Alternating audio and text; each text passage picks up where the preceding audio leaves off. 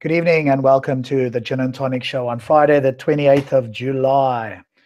This evening, we are going to carry on with part 2 of essentially like the mysteries pre-Islamic Arabia. And we have stopped spamming. Abu's going to dazzle us with his presentation, give us some great info. Then we'll have a little bit of a chatable about it, and we'll open it up then for everybody to share comments. We'll have any discussion, anything that comes up that we might want to talk about. So without further ado, Abu, over to you, my good sir. Okay. Yes, so this is part 2 of the mystery of Valley Bakkah, Mecca, and the changing Qiblah. Let's see if we can do all of this today, because it's still a lot of material left. But we do it as far as it pleases us. And we'll start with 2. First of all, you see my screen? Where do I click now? Yep, coming through clearly. I'm going to make sure you stay on screen. There you go. Yeah. So we start with 2. I mean, this is like you can do this in many ways.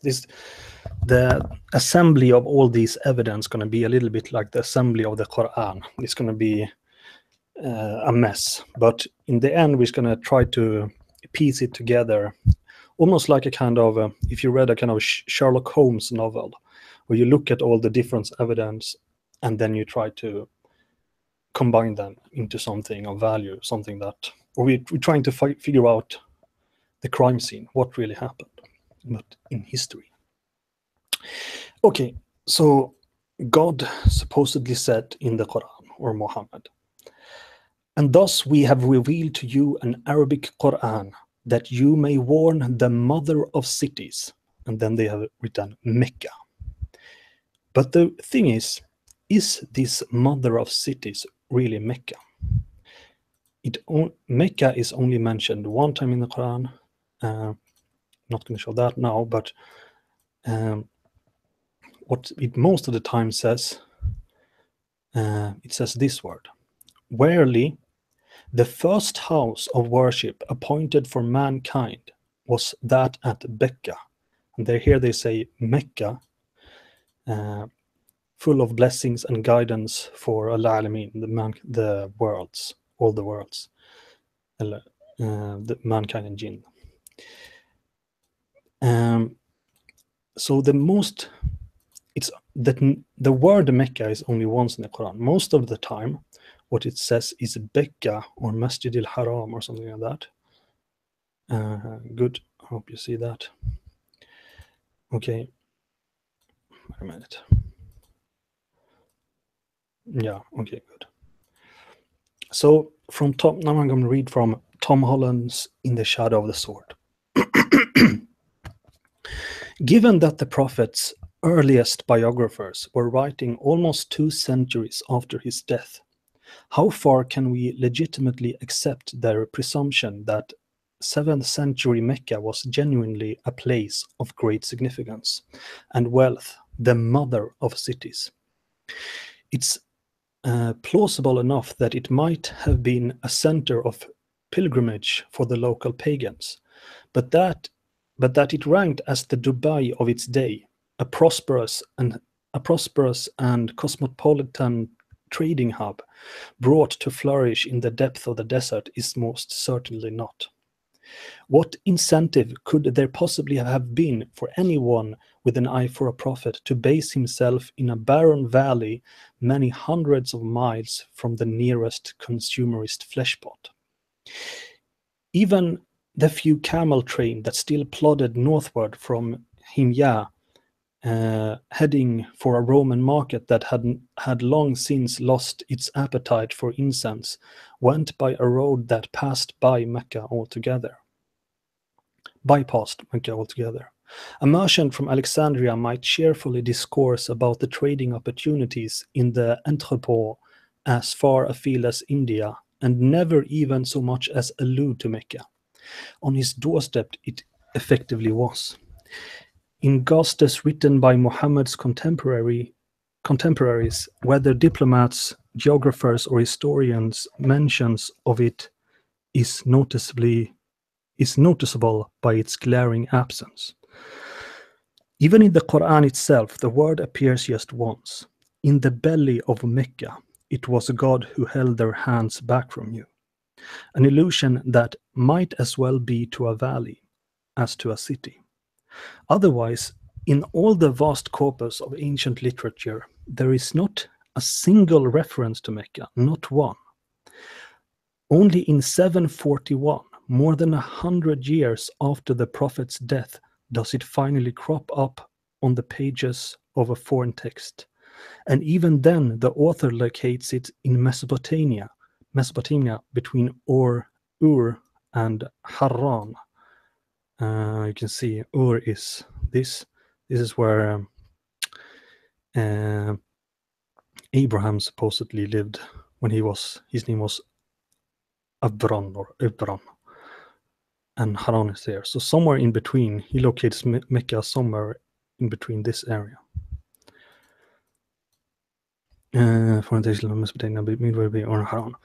Clearly then, whatever else Mecca might have been in the early 7th century, it was no multicultural boomtown.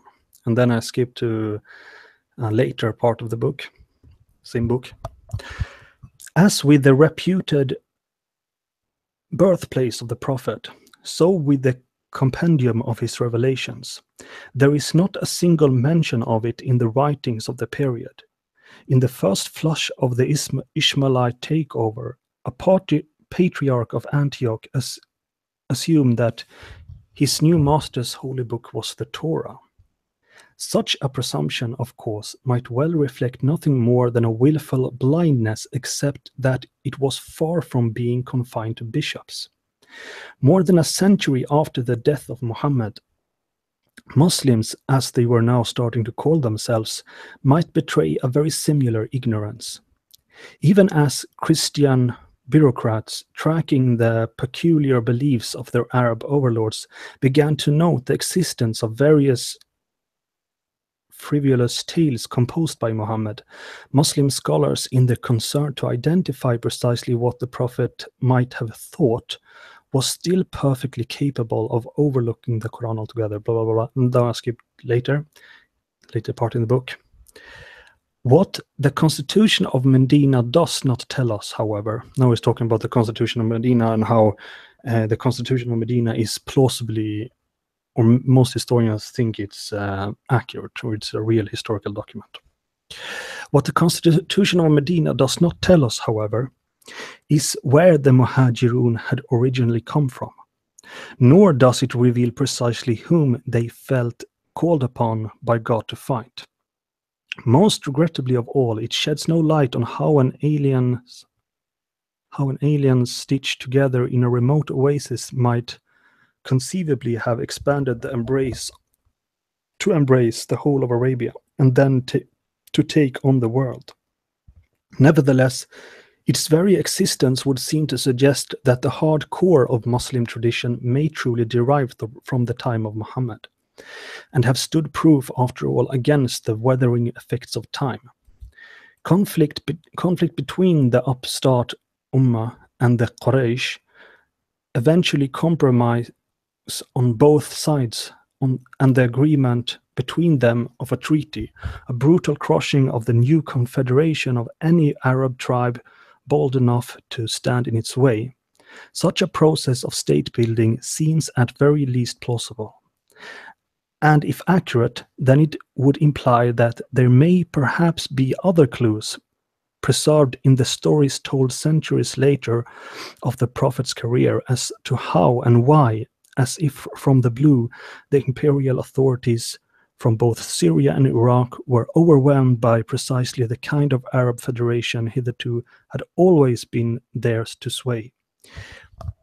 Even though Muslim tradition would cast the conflict between Muhammad and Quraysh as a struggle for control of Mecca, this tradition itself contains hints of a suggestively alternative one.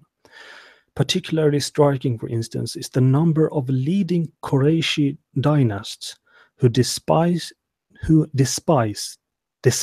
supposedly being based in Mecca, are said to have purchased estates in Syria during the Prophet's lifetimes.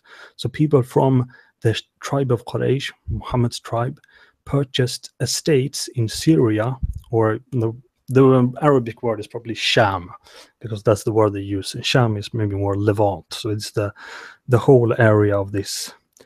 The Byzantine area of Syria was pretty much all this, what we today call Levant, I think.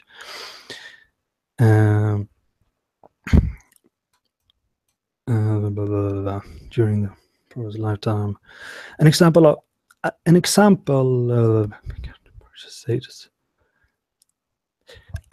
of long-distance property speculation, which, if genuinely conducted from the Hijaz, would have no precedent in the entire span of Roman history. Previously, whether along the Rhine or in Armenia, the only barbarians who owned land on either side of the imperial frontier were those who directly bordered it, all of which would seem to apply a rather awkward conundrum.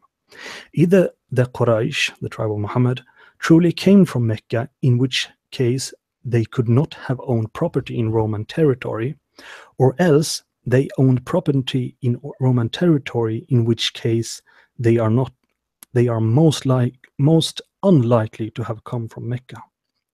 Of these two alternatives, it is clear that the second is the likelier.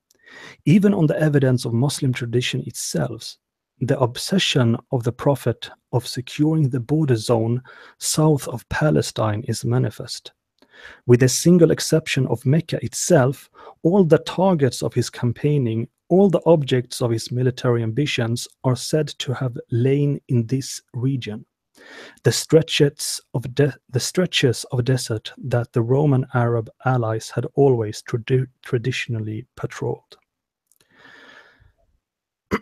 Yeah, so this is, maybe we can show a picture of that. This one is kind of good.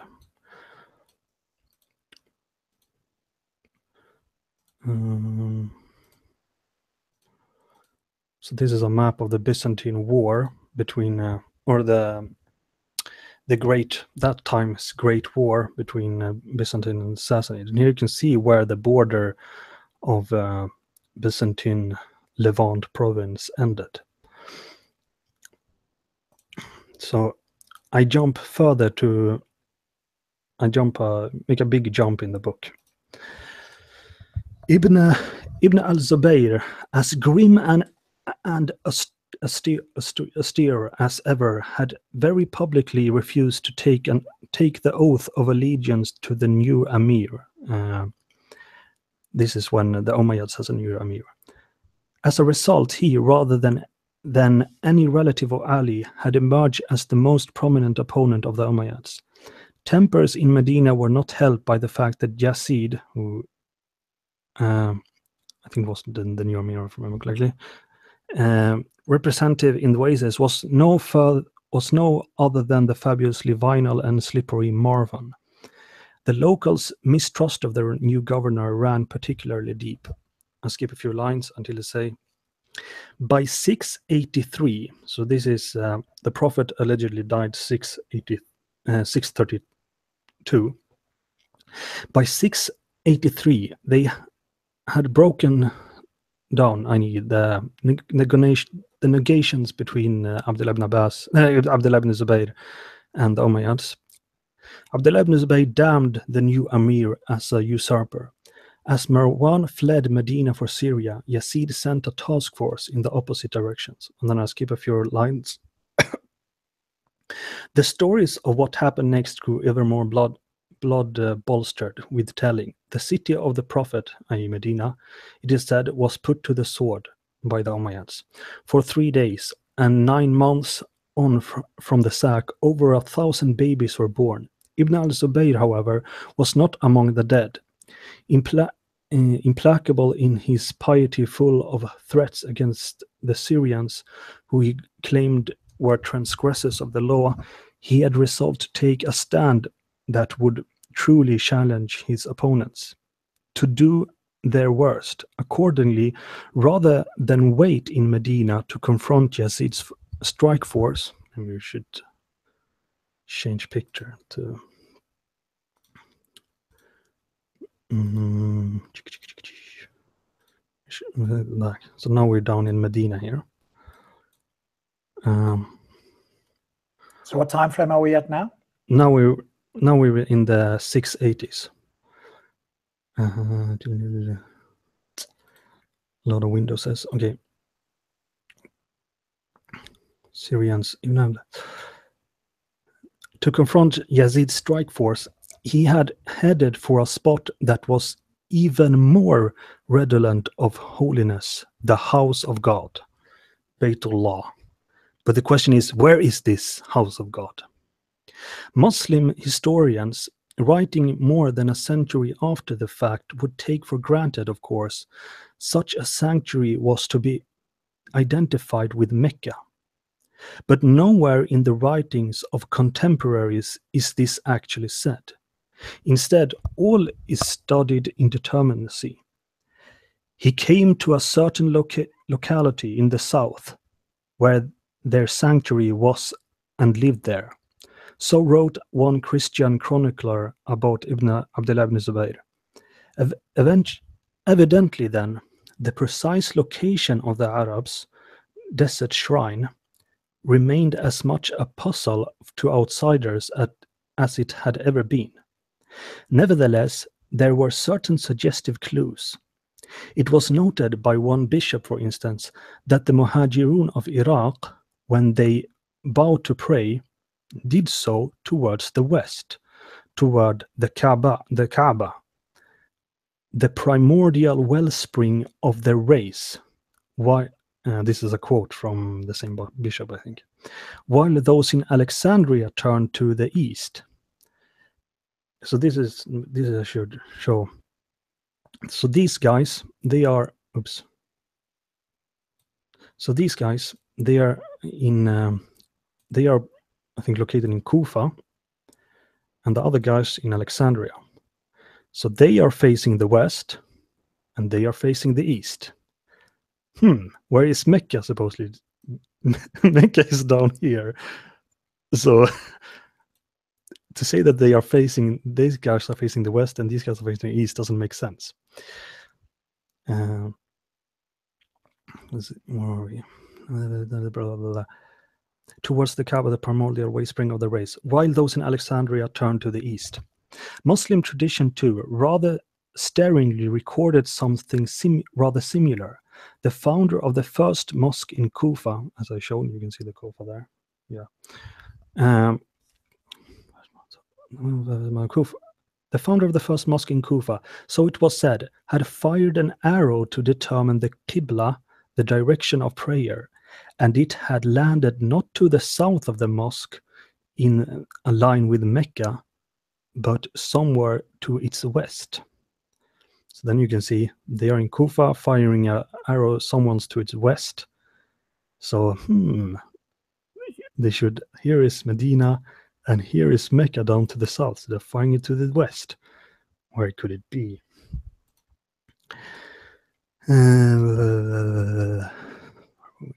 Case unlikely from Mecca.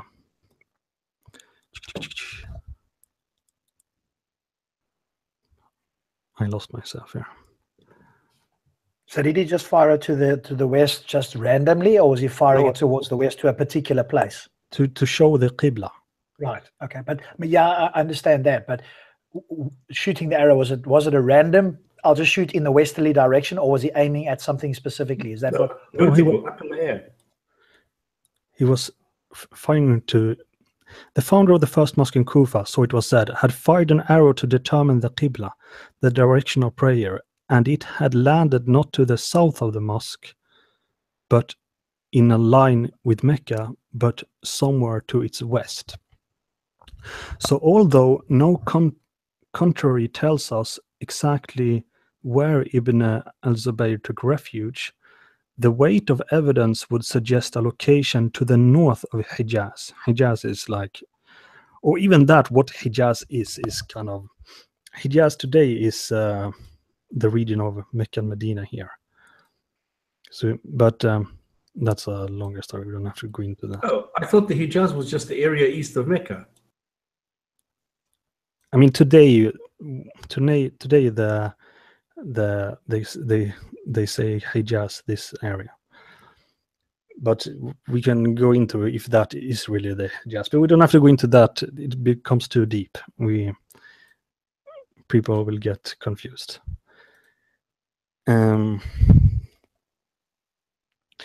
Midway between Kufa and so the mosque in the Mecca. So although don't control north of Hijaz, yes. So it suggests a location north of Hijaz, midway between Kufa and Alexandria. So you can see on the map where is midway between Kufa and Alexandria. Since this is precisely the region with which Muhammad himself appeared to be most familiar, if you read the Quran, and since Ibn al-Zubayr was consciously aiming to defend the Prophet's legacy, the likelihood must surely be that the house of God in which he barricaded himself stood not in Mecca, but between Medina and Palestine, and that in that blessed place named by the Prophet as Bakkah. So you can see on the map, here's Medina, here is Palestine. So somewhere in between here should this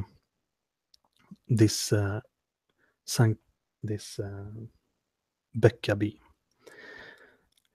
Okay. Let's see where we should jump. We jump to another author. Or I don't know what order we should take this.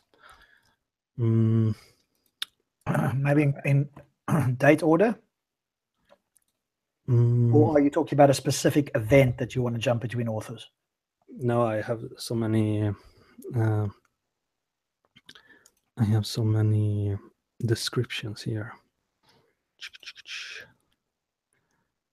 Do you have any questions?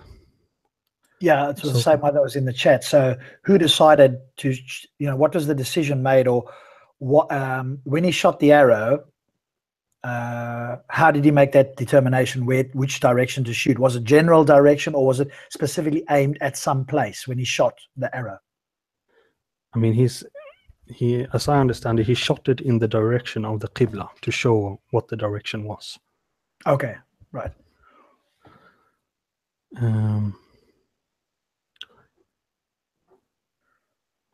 Yeah, we continue with this one. I jump to another. Now we're gonna jump. We do it like this. Now we'll jump back to the book. Okay. In the 660s, some 2 centuries after Theodoret had first reported the Ishmaelites' pride in their ancestry, an historian chronicler on the Persian border of Mesopotamia alluded to the existence of a mysterious doomed sanctuary supposedly founded by Abraham and sacred to the Arabs. Indeed, the chronicler added, it is nothing new for the Arabs to worship there, for from the beginning, their earliest days, they have shown reverence to the father of the head of their nation. A most arresting detail for this is almost identical to what is reported in the Qur'an.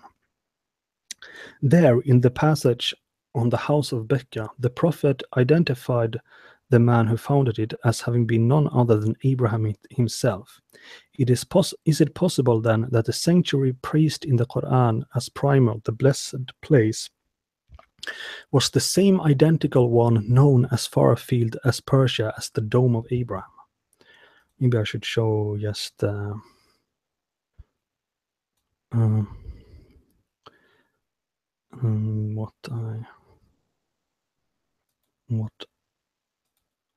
I'm talking about. Just a quick question. Is there any way at that time to determine, like, accurately the direction that one was supposed to be facing, or whatever the case is, apart from the arrows? Obviously, we've got Google Maps and compasses. I'm guessing they had some sort of compass, or how could they accurately determine directions, apart from the stars, etc.? Well, they had the stars, and you have to remember, if you've been to Arabia, you know that you can see the stars very easily at night. And stars are actually, if you know how to use the star as a compass, it's actually very easy.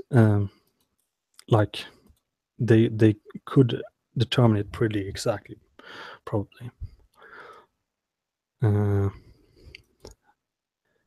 mean, the Vikings just a few centuries later could determine, could navigate on the seas as far as today's Canada, just by using the stars. I think it was that how they. Anyway, we don't have to go into that, but I don't think the compass was invented yet. وإذ جعلنا البيت مثابة للناس and mention when we made the house a place of return for the people and a place of security, and this is important, and a place of security. I will explain later. And, O believers, from the standing place of Abraham, Maqam Ibrahim, and the standing place of Abraham, a place of prayer, and we charge Abraham and Ishmael, saying, purify my house for those who perform tawaf, and those who are staying there for worship, and those who bow and prostrate. So this Maqam Ibrahim seemed to be similar to what this Nestorian chronicler said, that there is a dome of Abraham. And I don't know if you should continue to read.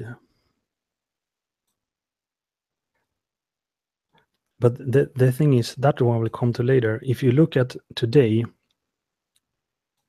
they know that there was a sanctuary in what is today Mamre. And Mamre is also mentioned in Genesis, in the Old Testament. Just bring up the map again so we can see where that is. That is, Mamre is here. So it's Jerusalem is not far away, but this is like on the west bank near Hebron, or maybe the area is called Hebron.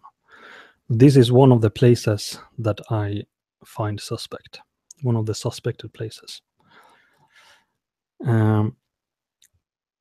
But I continue to read some. Nor, in fact, is there anything in the Quran itself that would serve to contradict this universal presumption. Just the opposite, in fact. The Bakkah described by the Prophet shimmers with the same numinous aura that had long attached itself to another sanctuary, Mamre. It is the place where Abraham stood to pray. So the Prophet describes Bakkah.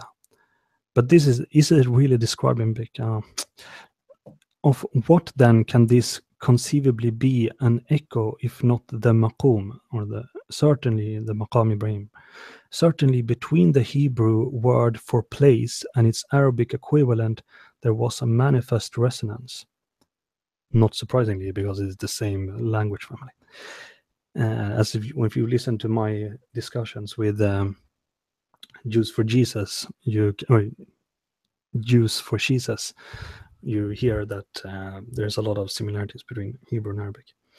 Take as your place for prayer. It is recorded in the Quran, the place where Abraham stood, the Maqam Ibrahim. And then another place in the book. Back in the reign of Justinian, when a Roman ambassador had reported on the great desert shrine where even the wild beasts live in peace with men, he had included another intriguing detail, that it was sacred to the majority of the Saracens. Could this desert shrine be Mecca? The ambassador's description is so vague that it is impossible to say for sure. Nevertheless, a particularly intriguing detail among the Prophet's many revelations does seem to echo the Roman report. The Qur'an reveals that Abraham and Ishmael raised to prayer to God as they labored to build the house of Bakkah. Make our descendants into a community devoted to you, which was, of course, to cast those descendants, the Ishmaelites, as something rather more than the sum of their parts, fragmented into various tribes they might have been, and yet were to be regarded so it would seem from the Qur'an as a single people, a community bound by a unity of purpose, joined by a common ancestry.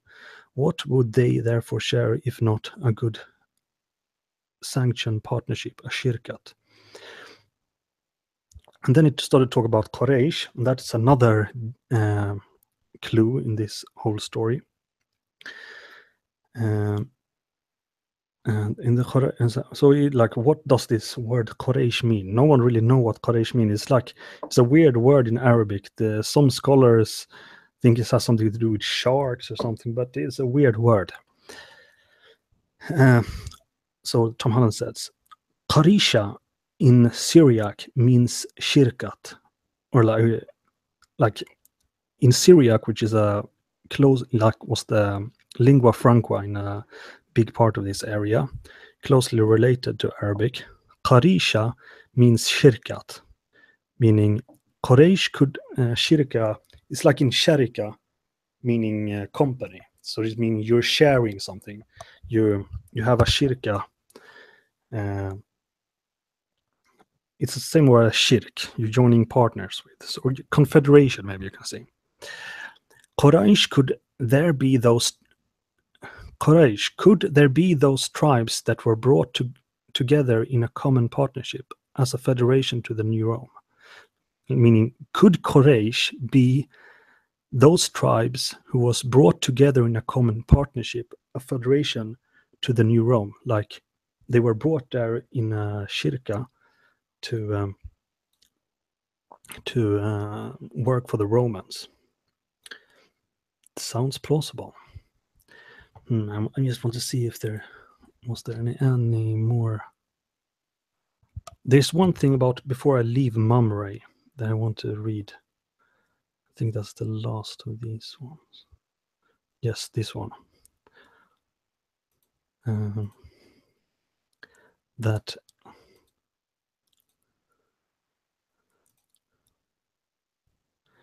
okay. This is a weird clue in the Quran. And indeed, Lut was among the messengers. So mention when we saved him and his family, all, except his wife among those who remained with the evildoers. Then we destroyed the others. And indeed, you pass by them in the morning and at night. Then will you not use reason? وَإِنَّكُمْ لَتَمُرُّونَ عَلَيْهِمْ مُصْبِحِينَ. Musbihin is a weird. It's actually a word for the verb. So it's the doers of the verb. Hard to explain, but this translation in the morning is not really correct. Musbihin means you're being in the early morning. Wabil-layl, and by night. So you can translate it roughly as you pass by them when you're in the early morning and by night. And it's commonly known that the Sodom and Gomorrah lived approximately in this area. So in the southern tip of the Dead Sea. So isn't this kind of weird? Like, here is Mamre. If they are living down here in Mecca, which is a way, like the distance here from there, it's a long, bloody distance. So if they are passing by the site of Sodom and Gomorrah in morning and by night, like, what are they doing? It's a long trip. But Okay. remember, they had flying donkeys. But where were they going? No. That is only Muhammad. He is talking to the mushrikeen in Mecca, or supposedly, or in mushrikeen in Bakkah, and he's saying, and you pass by their sides by day and by night. So isn't it a little bit far away down here in Mecca? You don't know. Maybe they had a whole herd of flying donkeys. No. It's only the Prophet that fly in donkeys. Okay, but what's the point here? Who is moving there? Who's moving from one place to another, though? No. The point being made here is that the Quran says that you guys, you will pass this place by day and by night. In other words, all the time. But this is 1,000 kilometers away, so you can't pass this all the time if it's 1,000 k's away. Gotcha. Okay. It doesn't necessarily all the time, but it's suggested it's so often that it's like he's talking to the mushrikeen in Mecca and like making an argument. It is like I would say to you, like you live in London, so I would say, and you pass by the London Bridge by day and by night. But if I would say someone that lived in Zurich, for example, I wonder who that could be. So nice, talk to someone in Zurich, and you pass by the London Bridge by day and by night. No, I don't. I live in Zurich. Anyway, so from one thing to another. Now I'm going to read from Robert Hoyland, which is another historian. Before you do, how far through are we? Because we've gone on for a little while. I just want to see if it's worth continuing or we keep it for the next show. How far along are you? I mean, we could. I can just read this one, and then we can continue next week, maybe, because Okay, we have a little bit more. Go for it. We can have a kind of final next week. Sure. Okay. So, from Robert Hoyland's In God's Path, he say an interesting thing, but it might not be obviously directly why it's interesting. Okay, so I quote, "Whether true or not, Muhammad's West Arabian coalition did direct their efforts northward. They had already subjugated the nearby Khaybar in 628. So Khaybar is, maybe I should show on the map. Khaybar is, see if they show it. I do like this.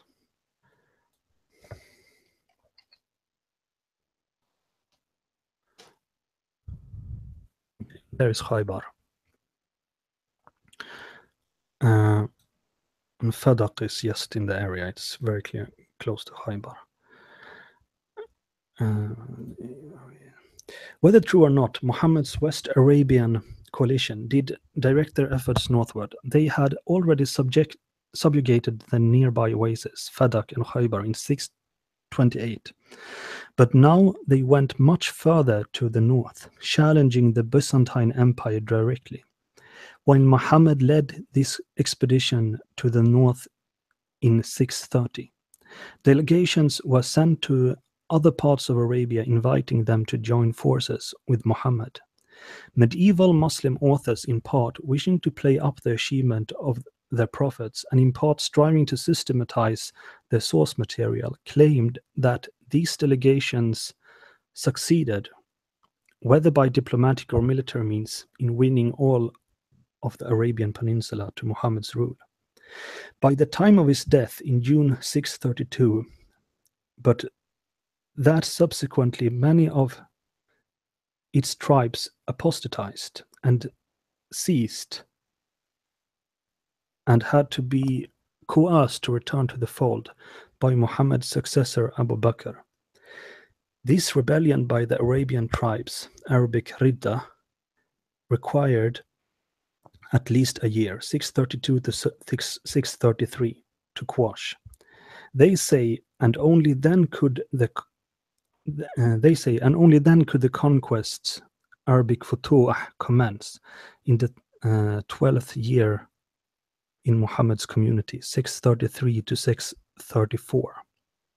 One could imagine that tribes of southwest Arabia had begun to join the movement already in Muhammad's lifetime, especially when they saw how successful it was. But East Arabia is separated from the west by vast inhospitable desert. We can show this. So here's in Medina, and East Arabia here, and here you have a very annoying desert you have to cross to get to East Arabia. One could imagine that tribes began to. But East Arabia is separated from the west by a vast inhospitable desert, including the aptly named Empty Quarter. And in any case, as we shall see further on, its tribes were already launching their own raids against Persia. It is more likely then that not that much of Arabia outside the western flank had been brought under the control of Muhammad's forces by the time of his death. So Robert Hoyland don't think that that all of Arabia was taken in Muhammad's lifetime. He only think that it was the western part of Arabia. Abu Bakr's task, therefore, was not to conquer Arabia, but simply to conquer it, or at least to win it over to the movement's cause. Possibly he did not accomplish even this. This is the important part. For according to a contemporary Armenian chronicle, quote, only after the Arabs had invaded Syria and Iraq did they then penetrate with royal armies into the original borders of the territory of Ishmael. The territory of Ishmael meaning Arabia. So only after they conquered Syria and Iraq, we should have this. Oh well, today Syria is not that time. So after they conquered Levant and Iraq, only then did they penetrate with royal armies into the territory of Ishmael, meaning Arabian Peninsula. So this is weird, because if you think about it, if Mecca is down here, this should definitely be in the territory of Ishmael. But I think this is a suggestion, also another suggestion, that the original place of Mecca was as Tom Holland said, somewhere between Medina and Palestine, probably at the border of the Roman province of Palestine or Syria, somewhere in this area. But more about that next week. We don't do it. This is going to be a cliffhanger. Cool. Thank you.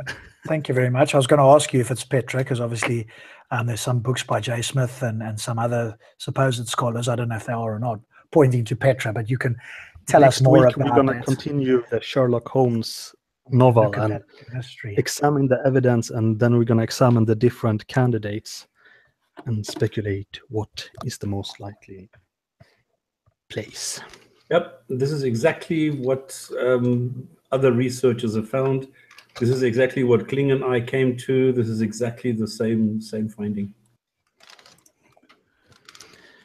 It would be nice also if we could get Klingschor's diagram, but yeah, I tried, but he is. I don't even know what he's doing nowadays, because I don't see any, any dissertation. I don't see any papers by him appearing anywhere, because he said he was going to concentrate and focus only on academic endeavors, but I don't see that either. So I do not really know what's happening there. What was, just for the audience and for myself, who was he? What was his expertise? Oh, Klingschor was he studied, well, Islam. I don't know what Middle Eastern studies, or I don't know what it runs under. But he was doing this at varsity, and he made videos, and then we started doing some things like in connection with each other. And because in those days it was a very small group. It was Hassan, it was Rationalizer, it was Atheismo, it was DPR, Klingschor, and me, and that is it. And we were the ones who were tackling Islam, where everybody else was going for Christianity. Then DPR left, and he went over to Christianity as well. And then Rationalizer stopped, and then it was just Ali came and joined. And then one day Klingschor had this idea, well, why don't we do a hangout similar to the Magic Sandwich Show, provide a platform where you can discuss Islam. and that was the Jinn&Tonic show. And I think it was actually Rationalizer who came up with the name. And then the whole thing started, and then we still did this on Skype, and we went through Vaughan, we did a lot of different platforms, and this became incredibly successful. We had a couple of thousand viewers. And then as soon as then, I mean, I was the one also, Kling and I were the ones, and Rationalizer as well. We went out and said to people, listen, why don't you come on the show? We invited people. So we had academics coming. And it doesn't matter whether it was PZ Mayers or whether it was Tom Holland, or anybody who had a name in this kind of environment, they came on the Jinn&Tonic show, absolutely. And or Mariam Namazi, and it doesn't matter who. In those days, it was very successful until Klingschor said he had second thoughts. He did not think, somebody told him that this was in conflict with his academic career. So then the Jinn&Tonic show was false flagged and it was shut down. And then it went dormant for a couple of months. And then Klingschor came back and said, well, why don't we do it anyway? And then we went on the DPR, the Doctors Without Borders thing, and we kicked off the Jinn&Tonic show again. And then it was Kling and me for, I don't know, 1.5, 2 years, until this was also false flagged and shut down. And then Kling said, no, he doesn't want this anymore. Because the problem with Kling is that he was easily influenced. Okay, so he became a Muslim, he became a Buddhist, he became all sorts of things. Just because somebody said, no, you need to try this and it's good for you. So he did. And now somebody came to him and he was petrified. He was so shit scared of being associated with the things, because he made some really nice videos, really, because he had a lot of depth. He used the academic approach. He went into this, I quote this, and he went into all the different texts and all the different authors, and it didn't matter whether it was Hoyland or whether it was Kroner or it was Donna, or you name it. He knew them all and he used them all because this is what he was studying. This was his life. And this was the great thing about Kling, that he had access to all these texts through the varsity library. So he was able to dig into all these things. And this is why he came up with maps, which were ancient old, which unfortunately I don't have. Because Abu also said, don't you have some old maps? And I said, nah, not really.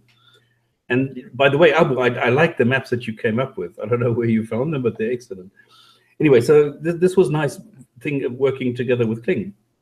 And then somebody got to him and he was too scared to continue this. And he closed down Twitter, he closed down YouTube, he closed down everything, and that was it. And then he actually came to me and said, listen, can I please delete everything from the Jinn&Tonic show? Can I please close that down and delete everything? And I said to him, look, we can't really do that, because this is a legacy, okay? I mean, even Sylvester Stallone, is infamous for having made some soft porn or hard porn, I don't even know what, at some stage. So, and this hasn't really halted his career or anything. It is part of who you are.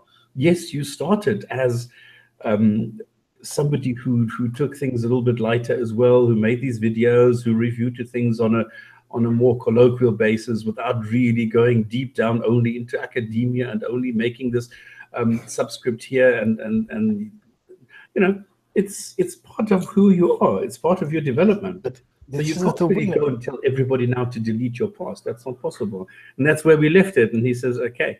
But we were still in touch. But now this is the first time that I've left a message and he hasn't come back in a week. The thing is that, for the first, there's nothing Klingschor should be ashamed of, because all his videos were excellent. And this was in the university. But I remember there was we had a kind of chat, and there was a kind of some commie guy that come on the show, and then we were talking about whether or not Islam, we talked about Islam and terrorism, and I don't know if you remember that chat, long time ago. I don't know what year it was. I don't remember the guy, no. But anyway, that was one of the last times Klingschor participated, and this commie guy, he was very oh, I remember. Yes, you're right. He challenged me. I remember now. Of course, yes. What was that about? What was the challenge? He commie says, guy, as in like communist guy. Yeah, he was communist, a Marxist guy. Uh-huh. And he come on and he was saying a lot of stupid things. Yeah. And Klingschor kind of agreed on some things. He didn't Yes. agree on, like, he was talking about labor theory of value, and I was like, I remember I had to work there and go on the work travels. I had to go. But because anyway, he was on about positive social values, how women were empowered, how slaves were given rights and things like that. And I said, listen, you're an asshole. In what context can you go and defend slavery and misogyny? You can't. So if you take the text of the Quran, if you take everything, you can't.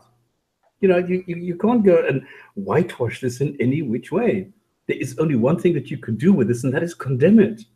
But you can't just now pretend and say, well, women had some rights. Well, who cares? I mean, if you look at the general gist of Islam and the Sunnah, it's misogynistic, and that is the end of the story. You can't make this look nice. I think like I've pointed out before, maybe you guys can agree or not. If it was in the 7th century, we'd be going, do you know what? Yeah, that's okay. That's what happened. Not as in it's okay behavior, but it's okay in the sense that that's what typically happened at that time. And it could be, and again, please tell me if I'm wrong, that maybe Islam made it slightly better than what it was pre-Islam or pre-Muhammad. But, you know, looking back today with using today's standards, you know, we can't accept it in that sense. Well, not really. Before you carry on, hang on a moment, stops. Okay, see, brilliant, yes. I just want to welcome Abdul Sameer. Abdul, welcome. Thank you so much for coming on. Hey, how's it going? Yes, I saw some of your videos online, and obviously we've chatted and we're on Facebook, and I invited you as an ex-Muslim. We occasionally get ex-Muslims, so I thought it'd be great to hear somebody else. If you haven't subscribed, go and look up Abdullah's channel. He's got about 6,000 subscribers. He talks about Islam, and one of the videos caught my attention was a challenge from Ali Dawa to Abdullah for a debate. And Abdullah, you can maybe just share a little bit about who you are and what happened with that sort of Ali Dawa, because people on this channel know of him, and I meet him down in Speaker's Corner because I'm based in the UK. So over to you. Yeah, thanks for inviting me. I was actually invited to this channel long time ago by Pete, the Rationalizer. So he asked me quite a while ago if I could come on, and at that time I don't know what happened. I was busy. As you know, I work during the days. I have a job as well. So yeah, so what happened with Ali Dawa? So a little bit of background first of all. I've been an ex-Muslim for 2 years now, just about 2 years, so not very long. And before that, I was Muslim for 15 years. I'm the previous founder and admin of a couple of big Islamic websites. One of them was lightuponlight.com. And the other one is verse-by-verse-Quran.com. So Light Upon Light is quite successful. It did its part when it was needed, which was to give free Islamic videos to people that wanted to watch online. And I always wanted to make it free of charge and, you know, let people watch, you know, and to gain Islamic content because I believed in it. And I thought that, you know, this is good for the world. This is a true religion of God. So I wanted to support it. So I spent my time. I used to go from place to place recording videos of my own. I bought some equipment to digitize other videos, which I got permission for, and put them online.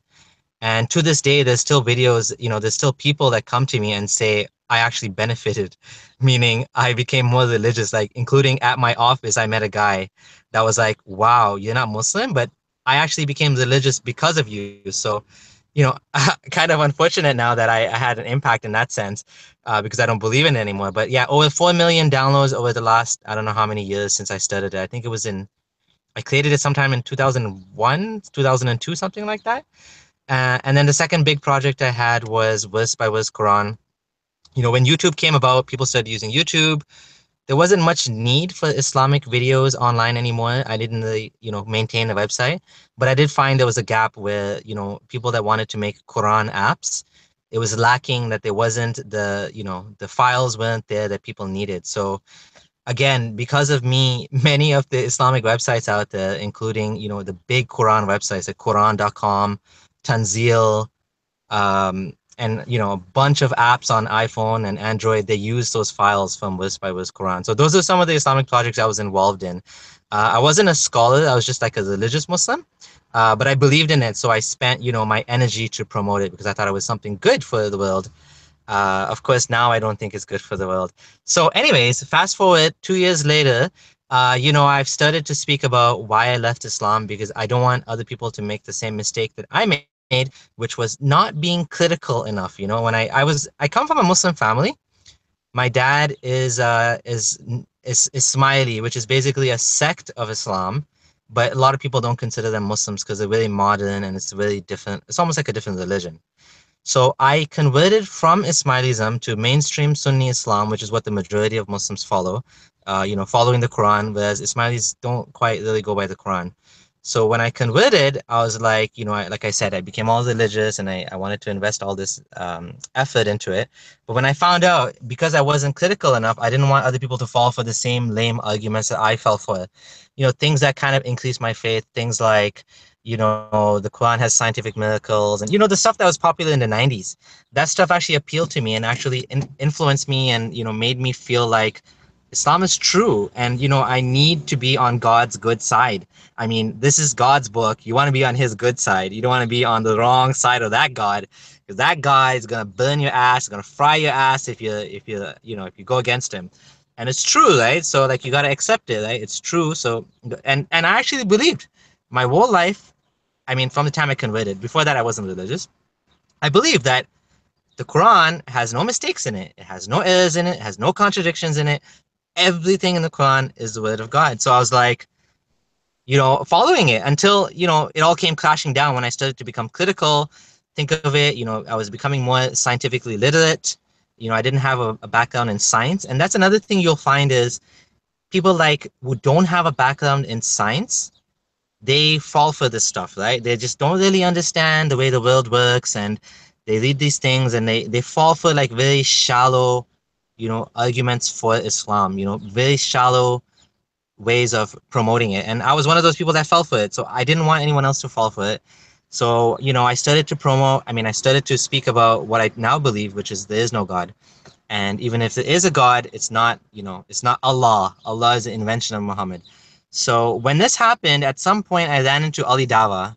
Ali Dawa is, as you know, a kind of blockhead that goes around, insulting people and attacking them and making fun of ex-Muslims. And, he's so, haughty-taughty that I'm going to debate you and I'm going to expose you.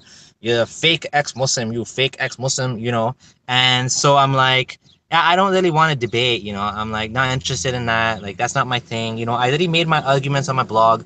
Just go on my blog, you can see all my points. And when I started to ask him the actual points that I had on my blog, he never responded to them. He was kind of just brushed them off. He's like, whatever. Yeah, whatever.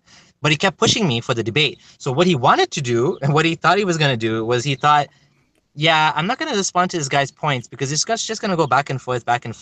And what I want to do is I want to humiliate him in front of everyone.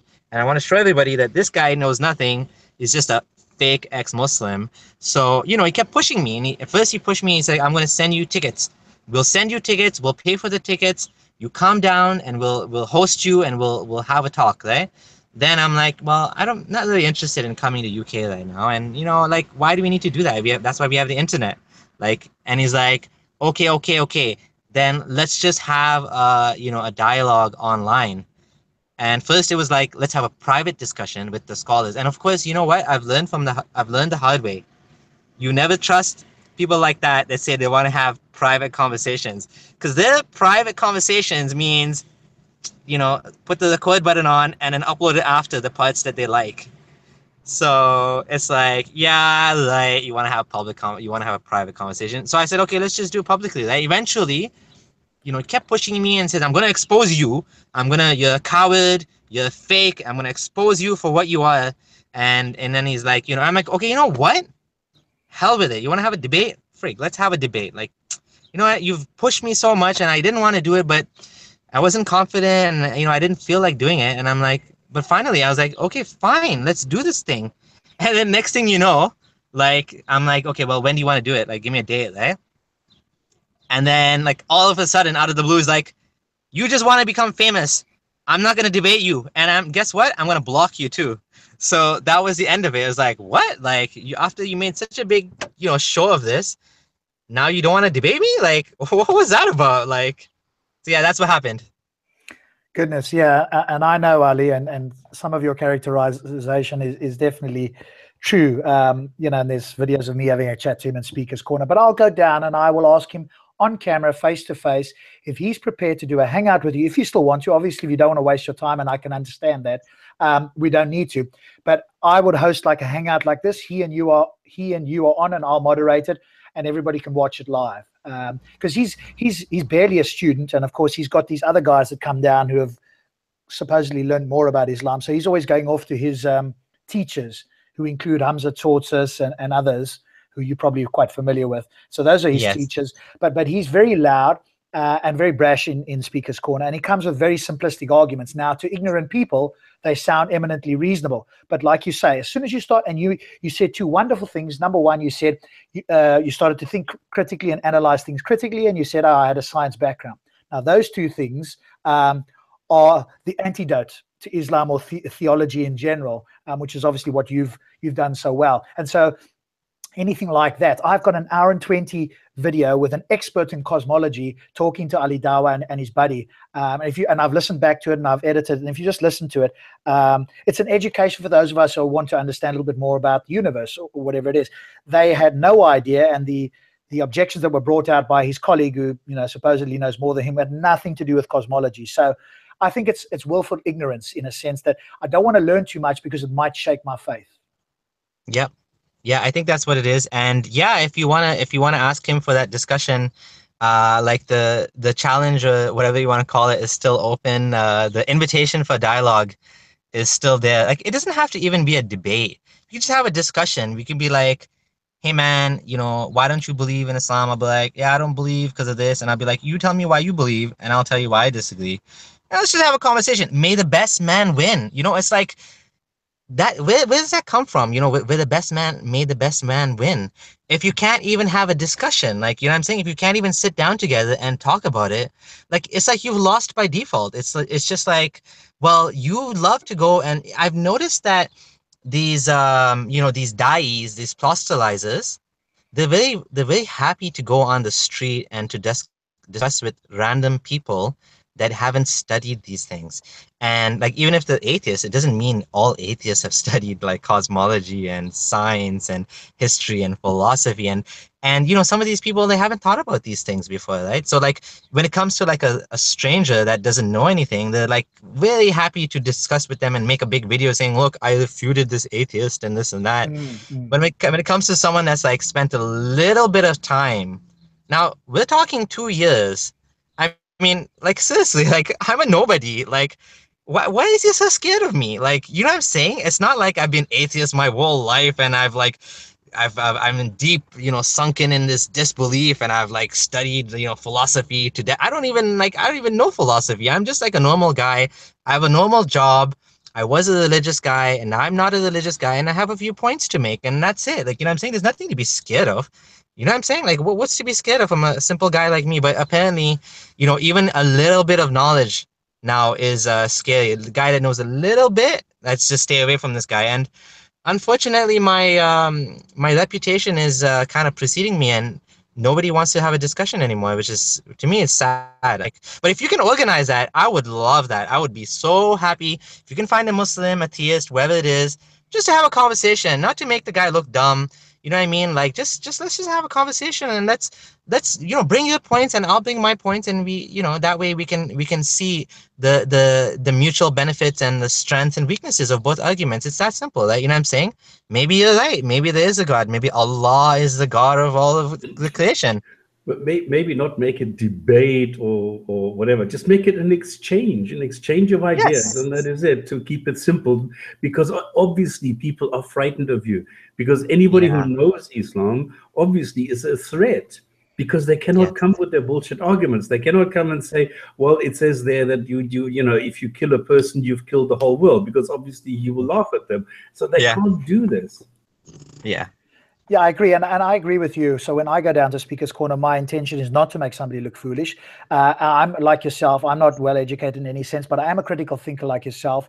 So I'm an atheist, and I'm originally from South Africa. You might tell the accent. And so I go down, and I've got the Speaker's Corner UK channel, and and so that's my intention. But you're right, there are Muslims out there that go out there specifically to make propaganda type videos, and this is not all Muslims, and I'm also very careful not to say all Muslims, because I've met a number of them. They're not all foolish, they're not all uneducated or ignorant or anything like that, and there's some of them genuinely believe what they believe, and they're going out there to try and share the message. I got no problem speaking to those people. In fact, those are the people I want to speak to.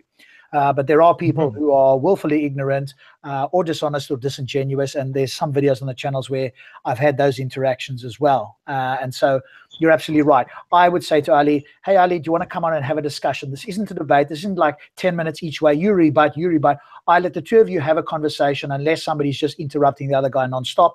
Other than that, have a free flow of ideas between you, because I think that's where the real power is. That's what we do in Speaker's Corner. So it could be like a digital version of Speaker's Corner where you guys have at it, and I'll only cut in on rare occasions and just bring up the questions from people. And I think that's where the value can be had, because you're right. Winning and losing, how do you win or lose? You either move towards truth or you don't. But there's a lot of tactics I notice, especially in Speaker's Corner, and I suppose to some degree on online debates, where it's got to win. Even if I don't have truth, I must sound like I've won in some way, whatever that means, and then I can go back to my followers and proclaim that I've won something, which is so I like your approach as well. And I have to say that it does feel disingenuous when people are willing to debate less educated, people that haven't studied it, but they won't debate someone that's actually thought about these things. It feels dishonest to me. Like, there's one guy that refused to have a discussion with me. I'm not going to mention his name. And then I found out that he's going to have a discussion with someone else. That's like, but this other guy he's going to have a discussion with is not like a known entity like I am. He's just some guy that left Islam. And it's like, I was surprised. Go the two of you. Yeah. And I'm like, wow, he's going to have a debate with you, but not me? Like, what's up with that? Like, I thought he told me he's not interested in having debates with ex-Muslims. I'm like, weird. Like, and I'm like, why does he want to discuss with you? And the guy's like, yeah, to be honest, simply speaking, he thinks I don't know anything. So he's ready to like debate me just because he thinks I know nothing. I'm like, wow, like that's dishonesty right there. Like, you know what I mean? That feels wrong. Like, you know what I mean? You're just picking on targets, easy targets, right? And that doesn't look right. I agree, and they, like I said, there's a number of Muslims who it's propaganda. They've got to seem like they must win it, or at least they are very fearful of losing, in the sense of whatever losing means to them. Whereas for the rest of us, we want to, well, and I'm sure it's all of us on the panel here, we want to know what's true, even if it's uncomfortable. It's what we don't like. Like you said, if Allah existed, I would have to accept it. If there was a overwhelming evidence for it, or knockdown argument, or whatever the case is, I go, okay, I'd have to accept it. I wouldn't want a relationship with that supposed God, because I think it's irrationally immoral. So I wouldn't want anything to do with him. If he existed, I would consider myself and all of us to have better morality. And if we were gods, we could structure things way different. So, but I would have to accept it. And it's the same with other beliefs. But there are, like you say, very dogmatic people who have got a conclusion. Everything must fit that conclusion. And then when you point this out, of course, they try and dance around that. Yeah, and did you see the interaction I had with that guy, Natmatullah Ichamii? Did you see that? Is that on your channel? Oh my God, you gotta watch that. I had so much fun making that video. This guy, he's like another Ali Dawa, but like maybe even less knowledgeable than him. And he came and he made a video about me saying, this guy, he's such a stupid idiot. Atheists are such idiots. They don't know anything. Like, and he's like, I was laughing so hard when I found out this guy left Islam, this idiot. And I won't ruin it for you, but just watch the video. He put himself in such a corner because he did the same thing as Ali Dawa, like, except he did it on video. So I was like, wow, man, like you challenged me on video and then you backed out. Like, this is not going to go well. So yeah, check out that video if you get a chance. I think you will highly enjoy the thing. And now he's kind of like, he blocked me as well.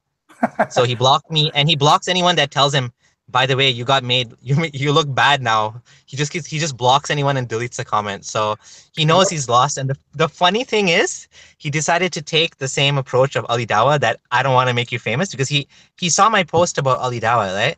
So then he decided to say the same thing. Oh, I don't want to make you famous. And the funny thing is now, like, if you Google his name, one of the first results is the video of me and him. So I made him famous in a bad way. Yeah, infamous, I guess. Which video? I'm just looking at your channel so that I can put it in the link for everybody who's interested. Which video would that be? What's the title? It's Nematullah, Nematullah. So it's like Nematullah. Ex-Muslim responds to Nematullah. Yes. 29 yes, minutes. That's the one. That's the one. It's long, unfortunately, because the guy goes on and on and on.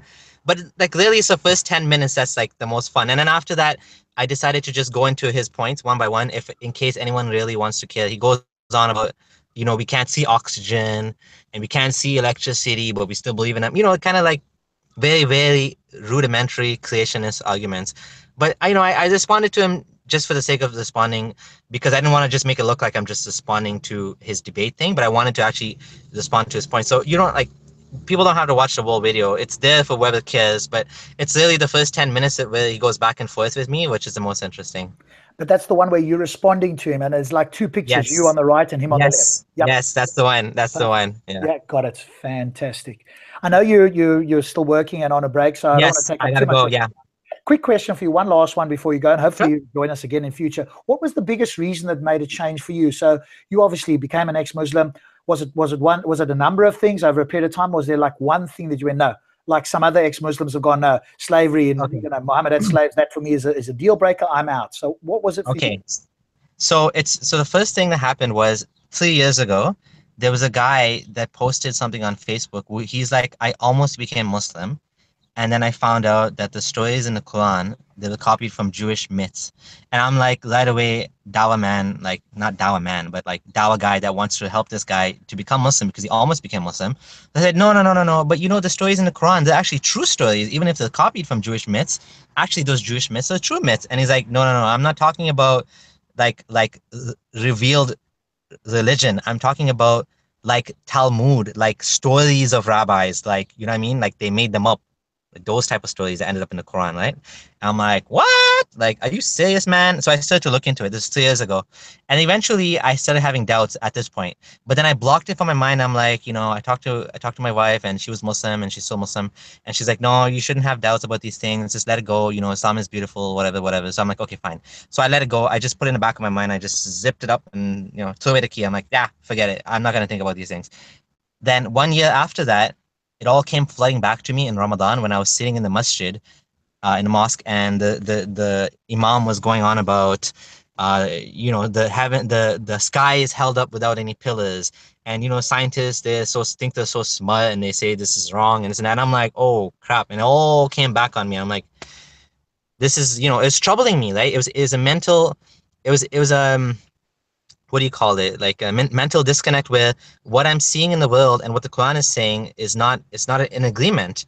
So it was causing me a cognitive dissonance. It was causing me cognitive dissonance. It was causing me pain in my brain that how can I believe in this and also believe in that? And I didn't know how to reconcile the two. So that's when I started to go 100% into it and say, okay, you know what? I'm going to find out, is this true?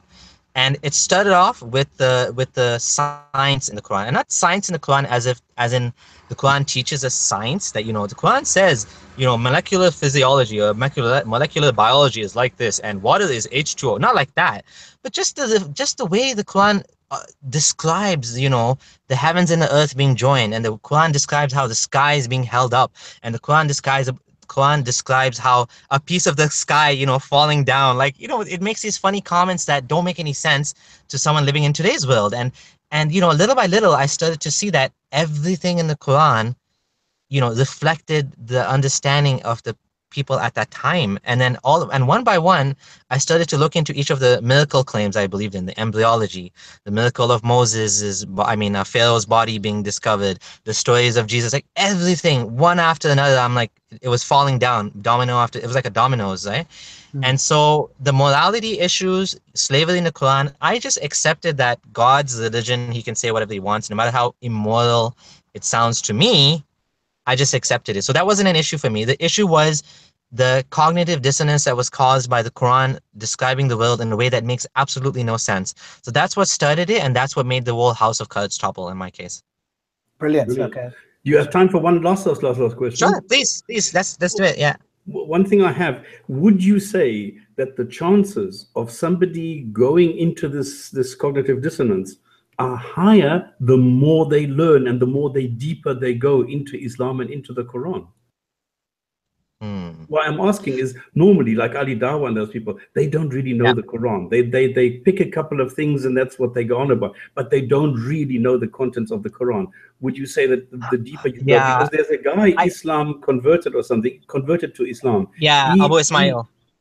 He left, and he's saying Yeah. the same thing. That the deeper I went, the more I questioned it. Would you say this is true? So Abu Ismail is a guy converted to Islam. He became Christian. So what I've noticed is with Christian ex-Muslim Christians, they tend to focus on the morality issues. And the reason they do that is because they can't pick on the fact that Quran, like, you know, talks about the sky being held up and how it talks about the heavens and earth being joined, and how, you know, they can't talk about the errors in the Quran in relation to the universe because the Bible has the same problems. So what they do is they focus on making Muhammad into a moral monster.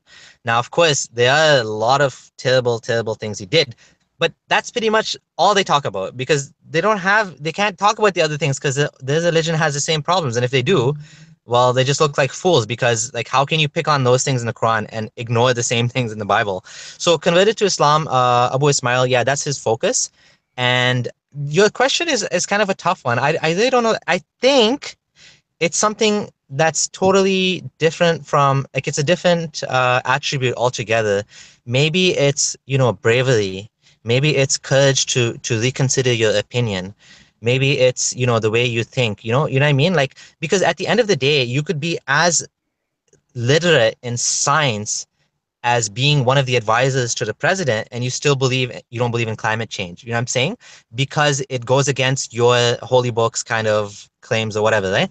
So it's like, I think it's the mental disconnect is there for everybody, but some people are willing to confront it, and that's a personality thing.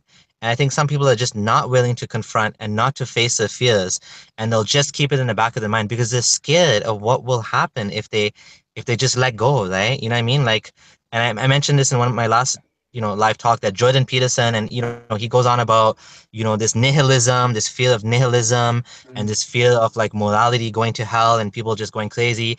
I think a lot of religious people have these fears. They're scared that if I lose my faith in God, then I'm just going to become, like, morally corrupt.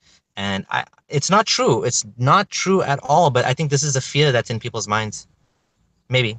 Yeah, Okay, I agree with you. Yeah, I think the fear of hell and what will happen if I die is a big thing that weighs on people. And I've spoken to some other people who are kind of on the fence about Islam, and that's one of the things it is for them.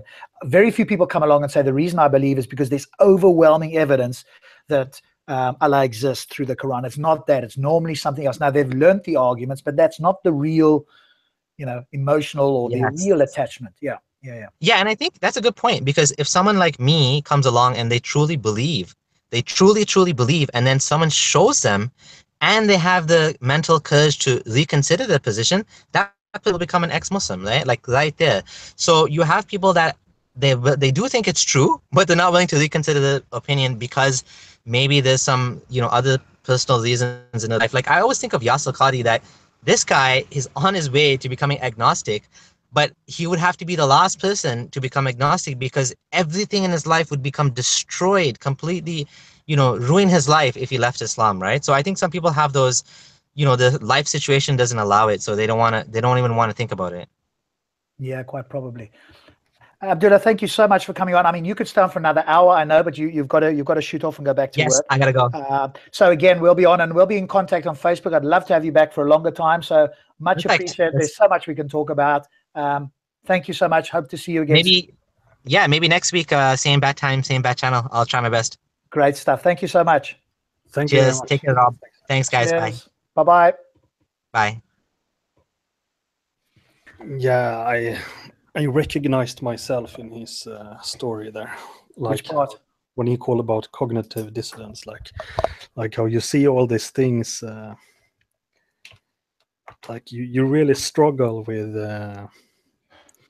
all the things you read in Quran and the Hadith, and you one part of your brain like sees that this is impossible, but you still struggle to cling on to the religion, cling on to your beliefs until it becomes impossible. What was it for you, Abu? What was the reason you clinged on even when you could see that there was a conflict going on? Why did you? Because you didn't stay because of the conflict. Obviously, there was a conflict. But what was it for you that sort of made you go, okay, well, I'm going to try and ignore the conflict, or I'm not going to pay that much attention, or whatever it was? What was the big thing for you? No, but I was very deeply religious, and I prayed to God that God would cure my so-called shubuhat, which shubuhat means actually, shubha means liking, something is similar, but it means hard to explain, but it means doubts, like, effectively in practice. Yes, yeah. But it reaches a point where it becomes just overwhelming. I remember one such moment. I sat in the great mosque in Medina, and I read Surat al-Kahf, and I came to the part of Surat al-Kahf where you have this story about Dhul Qarnayn and Gog and Magog, and it just hit me, and well, boom! It was like the universe hit me with an infinite hammer in the head. What was it? When you say it hit me, what was the it? This can't be true. The Dhul Qarnayn story and the Gog and Magog, because if Gog and Magog existed, they would be so easy to find. And I was like, where on earth are they? And like, but it's many things. Like, it's also, the thing is that I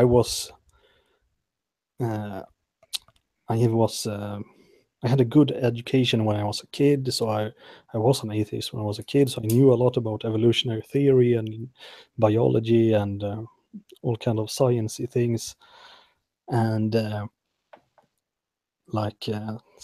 was struggling with a lot of things, but it just reached a tipping point where it's like the universe hit you with an infinite hammer. Cool. You've got your This is amazing. This is such powerful stuff. It is, isn't it? This hits you right between, especially Rob, you and I, we were talking about this. How do you approach Muslims? Here you have it on the silver platter. And you and I talked about it. Yeah. I'm going to open up a channel tomorrow, which is going to be called Quran, Reality and Truth. And I'm going to take all these different claims out of the Quran, compare them to reality, and show they're gone. 3-minute things, doof, doof, doof, finished. Yes. Yeah. Yes, this is brilliant. I mean, what Abdullah and what Abu are now telling us, this is exactly where it's at. That you go back to the Quran, you take the claims and you compare it to reality, and then look, is it true? Is it really possible? And show people, give people help. Because there's so many people who are actually looking, is this true or not? Well, help them.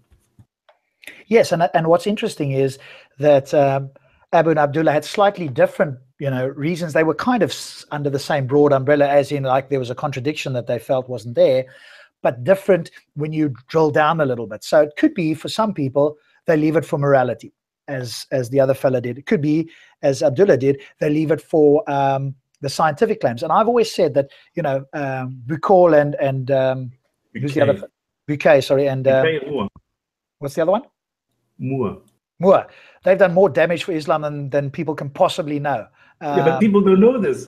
No, I know, but yeah, exactly. But they have done so much damage by trying to make the Quran fit with science, which is so easy to refute. I mean, that alone, Abdullah was one of them, wasn't it? So that was his sort of part of his journey as well. But this was neither Buquet nor Moore. This was Zindani. This was a Muslim. This was the plan concocted up by the Zindani guy. Oh, okay. Maybe you can tell us a story. I just want to, Abu, you'll be pleased to know that Ver Zoghula is your big fan. He's saying you were crying about your sad story. Zoghula, yeah, right. Yeah. Abu, you are such a moron. You two guys have got a love-hate relationship. So I just thought I'd share that with you. As you know, for people who don't know, they go way back. So so just tell us a little bit about that. Stops. Oh, sorry, about what? About that fella you just mentioned, not Moore and Bukul, the other fella. Oh, Zindani, no, but I've done this so many times. Oh, okay, sorry. This was the guy from Yemen who went to Cairo, couldn't hack it, went back to Riyadh, got through Nagar guy, got introduced to Osama bin Laden, who sponsored him. And then he came with the idea of getting all these scientists invited over to hold conferences, filmed them, made this movie, The Truth Uncut, and got Krona and Hay and all these other guys to make statements which were very like general, and he on the off then commented and made it look as though they said something substantial towards the Quran. Managed to get Bakkah through money. I mean, he was corrupt like shit. Got him to say a couple of things, got him to write a book, got him to go to Egypt, got him to go to France to go and investigate this Ramses, this mummy. And this is the big thing. This is what the guy was saying. Well, Bakkah was the hero. He nearly got a Nobel Prize in Egyptology. He didn't know the first thing about Egyptology. He didn't know anything. And then the thing that they discovered in the cavity was a bit of salt, obviously, because it was the natron left over from embalming procedure that the Egyptians used. So it had nothing to do with the sea. There was no salt in his lungs because there were no lungs in those cavities. They were completely clean inside. And all they did is they washed out the inside, and this is why you had a little bit of salty residue inside, and that's it. So Bakkah neither identified Ramses and he said the opposite. He said it was Mremta, because it couldn't have been two kings or two pharaohs who did everything. So couldn't have been one. It must have been two pharaohs, and he came up with Ramses II and Mremta, and he made a total ballser. So he didn't know anything. Went to Vienna and said he saw the stela where it was written, and there it wasn't. It was a doorpost, and he made such a fool of himself. So any claim that Bakkah made, you could easily refute, just what Abu was saying. So Zindani was the one who got Bakkah on board, and Zindani was the one who got Moore on board to say a couple of things. And it was Zindani who took the third edition of The Developing Human by Moore and modified it to say that this was all about the Quran. The 4th, 5th, 6th, 7th, 8th, and 9th edition of The Developing Human again went back to the normal Moore story, where he says this is a myth complete with what the Jews and everybody at the time said, that this was just the false Greek medicine. That's the end of the story. So everybody's just harping on about this when it's just a fairy tale. Yeah, but obviously you've done the research, and Muslims that I encounter in Speaker's Corner say this. I haven't looked into it deeply enough, and it takes a bit more. I mean, you can say that, and obviously you've got some data that you can back up. If Muslims make this claim in Speaker's Corner, of course, it's much more difficult to refute there and then unless I've got all the data. So maybe I can chat to you at some point and get more of that, so I can refute it there and then in the videos. Because I just don't want to say like you did. I need something, and you've got it, but you've just given us the short version, which I could do as well. But then I need to be able to show it as well, because I don't want to go there just from the words you've said without actually having something that I can back up to go, okay, so you don't believe me, X, Y, and Z, here it is.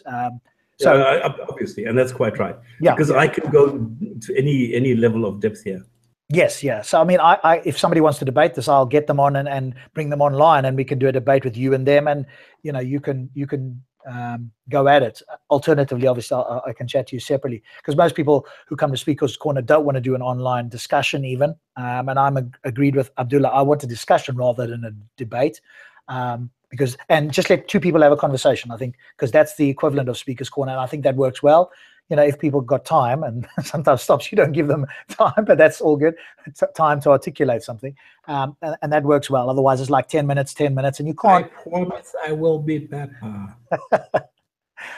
If you do 10 minutes or 20-minute opening, it's like, holy crap, you've got like 10 things they've said. You can't respond to them all. And I think, what seems to work better is responding to one thing at a time. And that's why I like that if there is a debate format, it's the Dillahuntty sort of format, which is, okay, do an opening statement each, and then you get to question each other. And that way, now you can delve into it a bit more, as opposed to just standing up like a William Lane Craig, who, can not necessarily be shown to be wrong in the same sense when you accept, of course, just as a side note, anybody wants to go and watch William Lane Craig under uncomfortable circumstances, go and watch his debate with Shelley Keegan. Kagan, Shelley Kagan, on morality. Go and watch that debate, because there they had a Q&A between the two of them, and that's where Craig is at his weakest. It's easy when he's reading stuff off and he's got 10 million notes and all his researches and stuff. But when you speak to somebody and they've got to respond in the moment and they don't have somebody to help them, now we see how much they really know and or what they really believe, as opposed to just prepared works that you can read off. And I suppose that's the beauty in some sense of Speaker's Corner, but it's also the downside, because now somebody can be really rehearsed and knowledgeable on a particular subject and come and ask somebody who's not prepared for that, and then try and make them look foolish. And of course, you and I think most of us think that's dishonest, but that can happen. But oftentimes, you can just have that conversation, although it's much harder because people can make claims where it's much harder to refute unless you already know the information. Now you've got to go do it in a video and so forth. So yeah, different formats for different people. So again, whatever works for you, stop. So if somebody does want to actually bring that up and challenge and is prepared to come online and we can host it like we do here, then we can always make that happen as well. But I'll approach Ali if he's available on Sunday. Say to him, hey, do you want to have this discussion? I will moderate it. You know me. I'm fair in the sense that I won't let anybody speak over somebody else, even if I favor one side. We all have bias. And you and Abdullah can have a conversation like you would at Speaker's Corner. We can have comments and I'll bring in, and then, we see what that discussion goes to. But I suspect that it's all about making somebody look wrong rather than let's have this discussion. Yeah. And here's the link to the Kagan. Oh, brilliant. Okay, I'll copy that link and paste in the main chat. For those who haven't, I'm sure most of you have watched that, but definitely go and watch that, because actually Shelley Keegan gives a view of morality that's different to mine. It's obviously a naturalist version of morality, but he's a slightly, I can't remember off the top of my head the name that he gives there, but he's very articulate. And he was very good in the Q&A. I mean, that's where, if you listen closely, he's right on point when Craig jumps around a bit and stuff. You might want to, I rewatched and somebody did a review of the Q&A. Well, he did the whole review and they were obviously very scathing of Craig, but they focused in on the Q&A and they stopped at certain points to show how he jumped topics and how he's very uncharitable when he portrays the atheist view, as in like, we're just all chemicals. And then, of course, if you listen to Kagan, he goes, hang on a moment, we're not just chemicals. We can write poetry, we can do mathematics, we can love, we can do it. So that set of chemicals is very unique. So how can you say we're just chemicals and we're not, we're like animals? No, we're not. We are unique in the sense that these chemical interactions, makeup, whatever you want to call it, gives us unique and distinctive capabilities and abilities that no other animal, as far as we're aware of on this planet, has got. And so it's that sort of thing that you go, wow, he's right on point. And this is in a live discussion as well. So it's a very impressive debate. Then, of course, we've got the Sean Carroll one, which is just on the knowledge claim, specifically cosmology. And, of course, if you haven't watched that, if you have, it's great. If you haven't, definitely watch that from just a cosmology, because Craig has obviously got his buddy. You actually told me, I think, Stops, or I don't know if it was yourself or it was Phil who was telling me that he's got a cosmologist friend that he asked, because he's not an expert in this. So he's got somebody who is a cosmological expert, who is a theist, who gives him all his, quote, cosmological data, in inverted commas. Yeah, well, that's bullshit. Did you see, answer, who, Abu Talu, he threatened you in what way? Who is he? Answer was just writing, because I just happened to go into the chat. Abu Talha, skinny Wahhabi Somalian guy, gruff voice. But hang on, that sounds like our Ahmed. And he threatened you in what way? Come on, give us the juicy bits. Don't just go there. No, I'll get him on. Hang on a second. I'll give him the link here, and he can join us. No, we're not talking about Ahmed now, are we? So let's not say that we are saying that.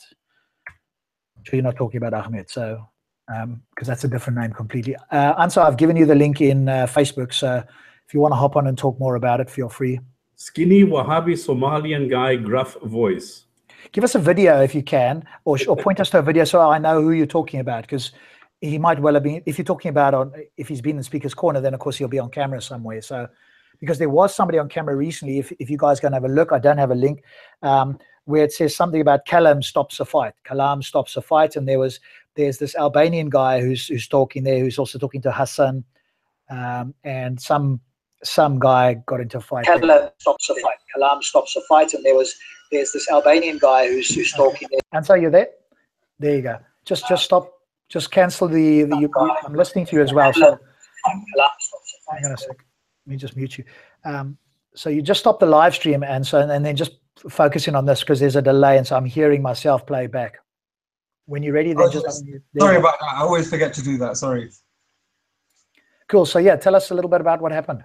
To be honest, it's not very specific. As you know, these guys tried to be careful, but it was very blatant and obvious. I mean, it's I'll get things straight first. It's not Ahmed, not Ahmed Mohammed. We all have a laugh and a joke with him, but he's never done or said anything remotely threatening like that.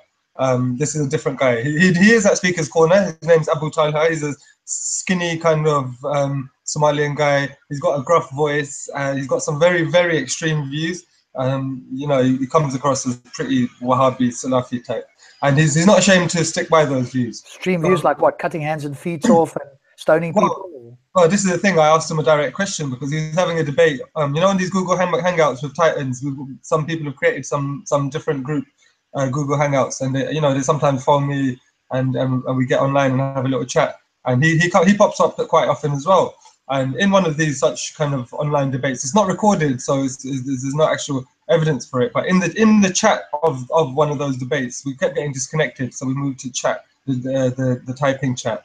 But basically, I just asked him, because he was saying that there's no such thing as Wahhabism. So I asked him a direct question and said to him that, what do you think should happen to someone if they leave Islam? And he said they should be killed. So I just started laughing because, it's just so funny that he said that. So, I proved the point that there is such a thing as an extreme version of Islam, and you're the kind of person that we're all worried about and scared of. So he obviously didn't like that. Now, by the time we got to the chat, he kept insisting, come on Sunday and we'll sort this out then. But he was being he never said, I'm going to hurt you or harm you, but he just kept saying it in such a openly threatening way. Everyone was calling him out on it. So I said to him, because he said, I'll express my views to you there, because I kept saying, we can talk about it here. What's your point? And he was like, no, you have to come on Sunday and I'll express my views there to you. So I said, are your views going to hurt anybody? And he typed back and said, no, I promise you, I guarantee you my views will not hurt anybody. And then he typed, but you're not anybody. So like he was, he was definitely playing on the physical violence one way or another. He was trying hard not to be too specific, but it was very obvious that he was still making sure that everybody got the message that it was physical violence he's referring to. Yes, I see now. TDS Davis put it into the comments there, and I'll just reiterate it here for anybody who missed it.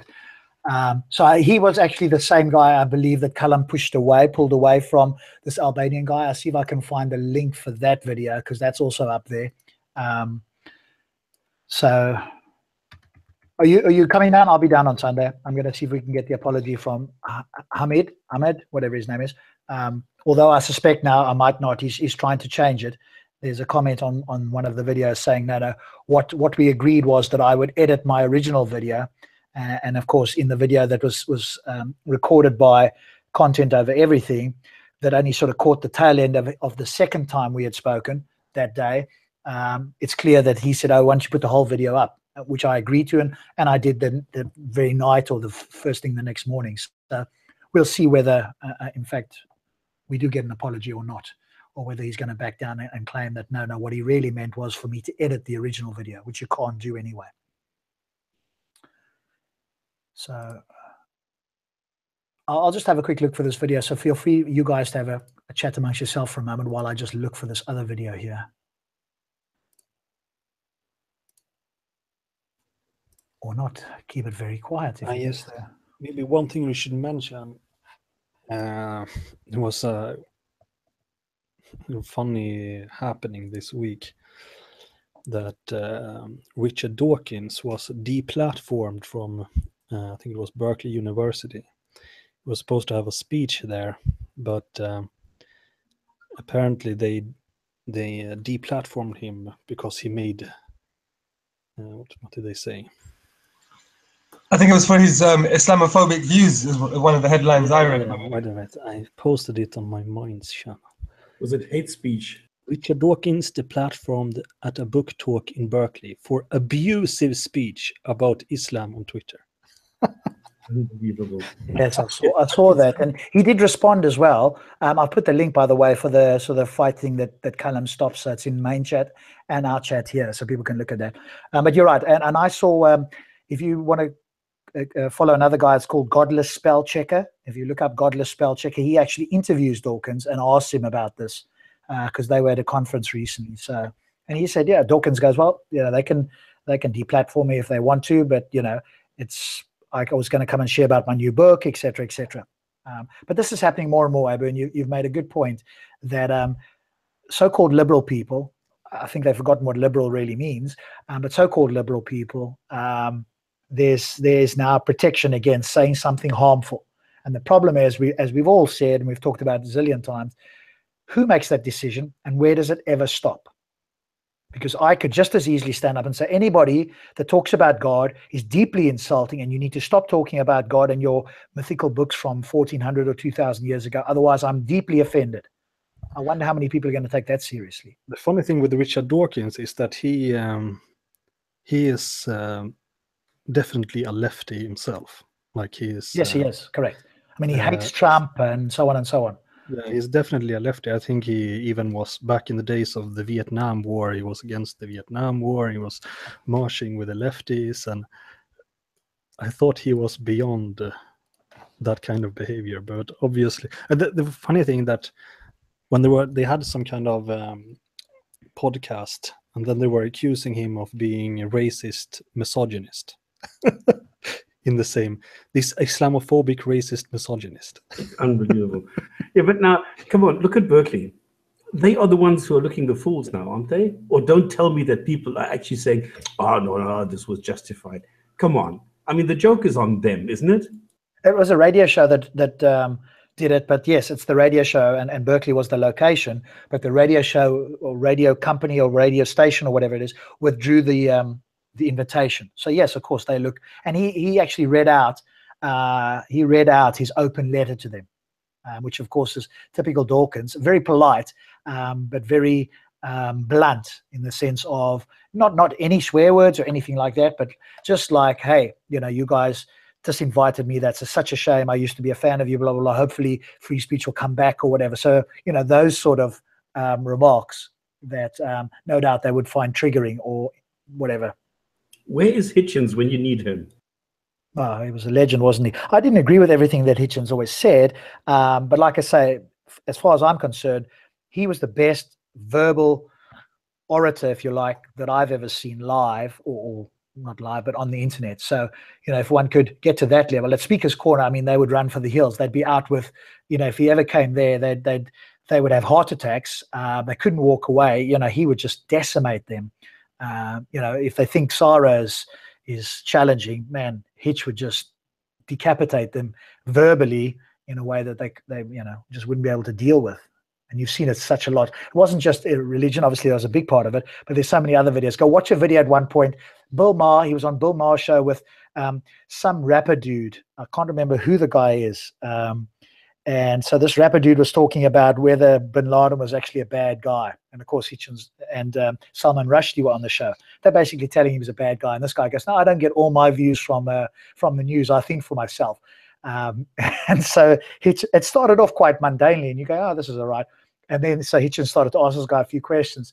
And then he just got into one of those Hitchens moments where still polite, never swears or anything like that, but he just got this guy's back up. And if you listen to it, of course, once Hitchens is on a roll, man, it's like a steamroller. And yes, he really did do a number on this black rapper. I don't know, I can't remember his name. It's like an iced tea, but that's not his name. I can't remember what it is. And of course, Hitchens has got these little snide comments. Mr. T, he goes, it wasn't T, but whatever this guy's name was. And so, yeah, go look that up. Christopher Hitchens, Bill Maher, you'll find it there. Yeah, he was, and then he did a few in Australia that were brilliant as well. I mean, wherever he goes normally, he's just so good with his comebacks. I mean, he was just, from that point of view, so well read and so on. He wasn't philosophically on point, maybe like a Harris or a Dennett or whatever, but he had other strengths that I think they all wished, and I do wish, more of us had. And a lot of people miss him, really, especially with this, stuff that's going on in the US now. I'm sure he would have climbed into Trump, but he would have climbed into the, these protesters and stuff even more. I don't know if you ever saw the video with him where this Christian pastor died. He was quite a famous pastor in the US, elderly white guy who said basically that 9/11 was God's wrath for, I don't know if it's homosexuality or whatever the case is. And they had him on the show after this guy died. The guy died literally the day before. And he came on there and he absolutely slated this guy. And he was happy to go on Fox News. He would go everywhere. And of course, these people couldn't deal with him and stuff. And he was insulting. I wish this guy had died before. If he died, you could have put him in a matchbox. And he made all kinds of comments. And somebody's saying in the chat there about Mother Teresa. If anybody ever thought Mother Teresa was like a moral virtue, go and watch the Hitchens documentary on that. He wrote a book on it as well, The Missionary Position, which I thought was a great title. And he absolutely slated Mother Teresa. And if you go and look, of course, she wasn't as moral a character as everybody believed. But of course, once a belief gets going, like a Hitler or whatever, at that time when Hitler's around, everybody goes with it. She got the Nobel Prizes, flown around in private jets, got millions and millions of dollars. When they asked for the money back, especially from the guy that got jailed in the US, she didn't respond, and so wouldn't give the money back. And so she just opened more hospices to allow people to die almost without dignity, in a sense, because she believed that people should suffer. That was the way to Christ, by suffering. And there's interviews from nuns and stuff like that going, all we had to do is take this person to the hospital, they would have got better. And she refused. They had to lie there and basically suffer and die in the hospice. And of course, most people don't know this, so there you go. Anyway, a bit of a digression, but yeah, I think I put it in the link. I put it into the chat. Perfect. I'll copy and paste that into the main one. You've got moderator status, haven't you? Oh, but maybe you're not on a computer, Stops. You can. No, I don't think I have. Just say one word. Just type hi or something in the chat, and I'll add you as a moderator there.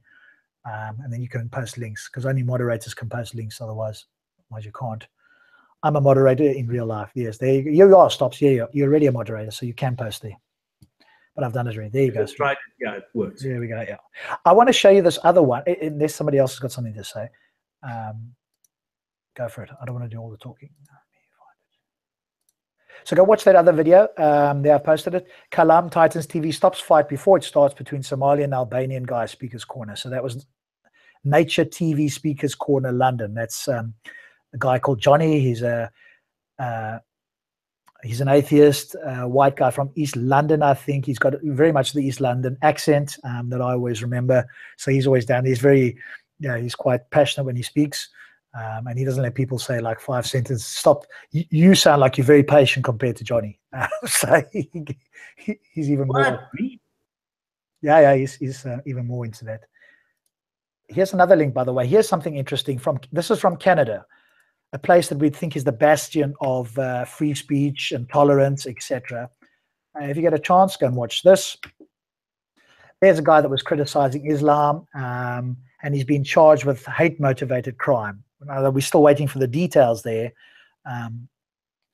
He doesn't even seem as, from what I can see in the little bit that's there, I don't know the rest of his history, doesn't seem even as quite forthright as maybe a Tommy Robinson might be, in the sense that people make out. But he's been charged, so we'll keep an eye on that in Canada, because I think there's a reasonable view that Justin Trudeau is just like very far left. And so Islam is protected. They want to bring in hundreds, if not thousands, more refugees, etc. I'm all okay with refugees, but you've got to know where they're coming from and are they genuine refugees. But I think Canada is trying to offset Trump, but they're going completely the other direction. So, normal Canadians now are feeling under pressure. So, Answer, are you flashing your microphone or is it just a jittery finger? I'm not doing anything. I don't know what's because your microphone symbol was going on and off and on and off. I sometimes do that. Hello, hello, hello, when I say something. I'm normally a bit ruder. I'll probably just say something. But yeah, that's not me doing it. Maybe it's some connection thing.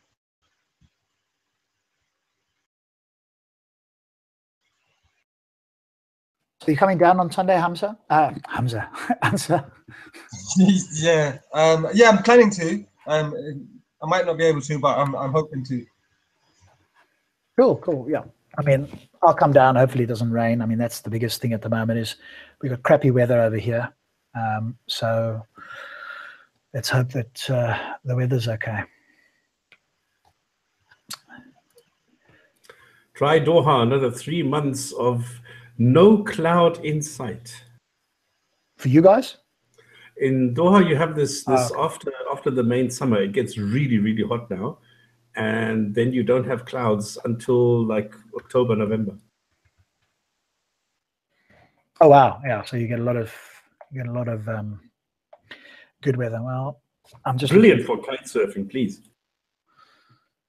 Yeah, exactly. I'm just looking now on the weather here. There's a lot of rain coming tomorrow. Apparently a thunderstorm here in London. Shit, what a pity, because I don't know why at the moment everybody seems to be gripped by what is happening in Speaker's Corner, because you always had these videos about Islam, and now everything is about Speaker's Corner. I don't know why this is such a phase, such a craze at the moment. Yeah, I just think because, it's just been highlighted and been caught on camera. No doubt there's been plenty that haven't been caught on camera, but a couple of them have. And one could say in inverted commas, coincidentally, they appear to be Muslims, or of course, some other Muslims would not consider them Muslims, but they report to be a Muslim. Here's the difference that I notice. If an atheist had behaved like that, I would, on camera, rebuke them immediately and not want to have anything to do with them. I'm not going over there to coach them and to, hey, guys, take it easy, let's go and have a conversation. Let me try and moderate this. If you're an adult, unless you're asking for help, you should know better. So I'm not there to placate other people. But of course, I notice that's not the case with Muslims. So be it whoever it may be, who gets violent, who makes threats or whatever. Some of the Muslims in speakers go, yeah, we're going to go and speak to him. We're going to go put our arm around him type of thing, and we're going to have a quiet conversation. What's that going to do? That doesn't make any change. People only make change, in my experience, psychologically through pain or pleasure, and that's just as in that's what happens when there's a significant event in your life. Then you suddenly switch, unless you've got a very good reason. Most people don't just suddenly do it for one reason. We show up the way we are. We've been programmed over a great deal of our lives for social input, etc., and that doesn't happen overnight, that you suddenly change to become another guy. I've seen it happen, though, with people that have had significant events, is what we call it, an SEE, significant emotional event. When that happens, something big happens in their life, like maybe they survive a plane crash, or there's a bomb that goes off somewhere and you survive it. You go like, holy crap, and you reevaluate your life immediately. Like instantly there's a trigger that goes off in your brain. But for most of us who live a comfortable life, in the sense that we're not under psychological or physical pressure or immediately, then much harder for us. It takes longer for that brainwave, the brain to make those changes. So it's unlikely, So I'd rebuke somebody who did that, if there was somebody down there, an atheist, that just was going nuts and threatening people. But I don't notice that's the case when these few Muslims do it. They're like, arm over shoulder, come over here, let's move you away. All that does is calm them down for a moment, but it's not changing the psychology. The psychology is still there. If you push me far enough, I can't respond verbally or intellectually, and so all I've got left is, to respond in some sort of violent, or threaten to respond violently. Somebody mentioned in the comments as well at some point, that maybe they're going to close down Speaker's Corner. I hope that's not the case. But I suspect it would be more of a blow for Muslims than it would for everybody else, because it's their open-air mosque, or so they claim, or so they think. And so, it would be worse for them, because I probably, if that were to get closed down, I wouldn't go anywhere else to have conversations. That's it, So we'll see. There's a question in the chat about, let me just see if I can find it. Somebody was asking about, Rob, can you do a critique of some of Mansour's debates? If you do another Speaker's Corner critique. Which Mansour? The pharmacist Mansour? Yeah. I don't know if there's another one. Goodness, he's terrible. I don't know of another Mansour. Yeah, we could do one. Pull-ups, if you've got a particular one you'd like us to look at, then by all means pop it in the link and we can go and take a look, and then we can do that for next time. I think people got some value out of critiquing some of the conversations, because we can also do it for the other person as well. So yeah, feel free to give us a link of any of the debates that you want to hear us talk about and see. And just remember, here's the thing as well. It's easy for us with 2020 hindsight to go, hey, there's mistake here, mistake there, mistake everywhere. And that's true for both sides, by the way. It's not as easy. And for those of you who have been down to the corner or who are used to doing it live in front of a lot of people, you know, there's easily things. You could always say 15 different things, but in the moment, there's only so much. And again, you don't know up front unless you've agreed something prior what somebody's going to talk about. And so, you know, it's a case of they bring up something and you may have some information. I've got tons on my phone, but like I don't have it all. And, you know, if I had stops in my ear, like Ike would, you know, if I had stops in my ear, that would be very helpful. And maybe Abu in the other ear, so I could say something in Arabic, that would throw them off. That would be quite useful. So if I had people that could give me that information, you know, that would be helpful. But I think that's where an online discussion or a formal debate, that's where you can really study a topic and then have that discussion. Because it's not about the person, it's about the idea. And of course, this gets lost in Speaker's Corner. It's about attempting sometimes to make somebody look foolish. That's never my intent. And you probably hear it with me saying it on videos multiple times, and I'll say it off camera as well. Even for that young fella that sort of did a bit of a heckle in that Hamid video, you know, I made it clear I could have gone in, I could have really given it to him, because obviously having just finished speaking to Ahmed, you know, I'm fairly calm, but there's a little, I can feel a little bit of emotionality kicking in. And so, you know, I could have let that go and unloaded on that guy, but there's no point in that. What do I get? I just look like I'm bullying somebody, and that's not the point. You know, if he makes a claim, obviously, and he didn't come back to me with a claim, but he did come back and apologize off camera. So, you know, I appreciate that sort of gesture. You know, sometimes in the heat of the moment, if you're heckling or whatever, you know, because you're hidden in the crowd, it's easy to heckle. But the moment the spotlight's put on you, then it's not so easy. Now suddenly you've got to back up a claim, unless you're quite good at it, like the guy called Steve, which I think we talked about last time, who's got that 1.8 million views, where he's having a go at Islam just in general. He's quite a good heckler, and also he can have a conversation as well. So he's able to kind of do both. But he's been going down there for years, and he's kind of fearless anyway. So he's a good guy that can do both. Okay, but if somebody has a debate, is there anything interesting, anything that Mansour has ever said? Isn't there like something like, who has a really interesting video that we can dissect? Because Mansour I find so incredibly primitive. I probably disagree a little bit, Stops, in the following sense, that when I compare him to other people in the park. Of course, he's not an expert in any particular field, although maybe a bit in Islam from his point of view, whatever the case is. But he has read some other books, like he's read Lawrence Krauss's book. Now, that on its own doesn't mean anything, but at least he can reference it, because I've read that book as well. So now we could have that conversation. I don't often find him in Speaker's Corner, and I've only approached him once, and then he said no because he had to go and stand on a ladder. And I look around every now and again, I don't see him. And what tends to happen in Speaker's Corner now, and Ansar probably knows this as well, the regulars, they'll sort of catch up with each other once in a while, but they don't go looking for each other every single time. So we kind of wander around. If we see each other, or if somebody's involved in the debate, we might stop by and we might add some 2 cents worth, whichever side of the whether that's, you know, Muslim doing it if I'm in conversation with another Muslim, or I might on rare occasions do it if they're in conversation with another atheist or Christian or whatever the case is. But it's like, because we've had conversation between each other, it's not always going to search somebody out unless there's a specific thing. So on Sunday, I will go to Hamid and ask for that apology on camera, and we'll see whether that happens. But I'm not going there necessarily unless I've pre-thought about it to look for somebody specifically to go and talk on a topic. But so I would say he can have a conversation. Whether you think he's stupid or whatever is a different story. I don't know, and I can't say that he's being dishonest or disingenuous unless he's been educated on something before that we've got on camera or we've got evidence, like Ali and Hijab have been with Phil. I've got that evidence. So for them to go and talk about infinites, etc., as far as I'm concerned, that's now dishonest, because they have been educated the reasons why you can't say that. I'm not aware of that with Mansour. So whether you think he's stupid or whatever, in the sense of like his information is incorrect, I'm not aware of him being in any way dishonest. So one could have a conversation. What I'm talking about with Mansour is that, number one, he talks a huge amount of totally irrelevant stuff, and then he tries to flip it. And these are things that I don't like. And then he brings information which is blatantly false. And for somebody, because he says he's read all this and and he's had all this education, and then I think to myself, well, bloody well show it. Act your age. Go and bring something a little bit more substantial than just doing this primitive stuff that he's doing.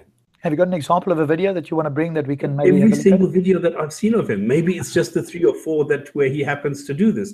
I've only seen 3 or 4 because I get so terribly bored by what he does that I just ignore him, because I find this such a waste of time, because it's really stupid.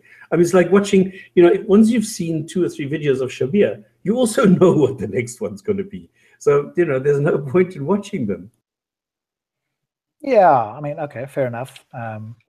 Can I say something? Please, go for it, buddy. I haven't really debated with Mansour, but I remember once when I went out to dinner with them quite early on, when I went about maybe like 6-7 months ago, and he was really infatuated with carrying on debating, even though most people were being much more relaxed. He insisted to me that the theory of abiogenesis had been declared as totally impossible by the majority of biological scientists. Now, I already knew at that point that he was just making this up, because that's not the consensus. It's still a valid theory, and it's still being investigated, and it's still being built upon. So I knew that he was just lying. But for about half an hour, while we were all trying to eat, he wouldn't shut up. He just really wouldn't. And he kept insisting to me that this was a fact, that the whole consensus of biological scientists all agree that abiogenesis is logically and physically impossible as an explanation for the origin of life.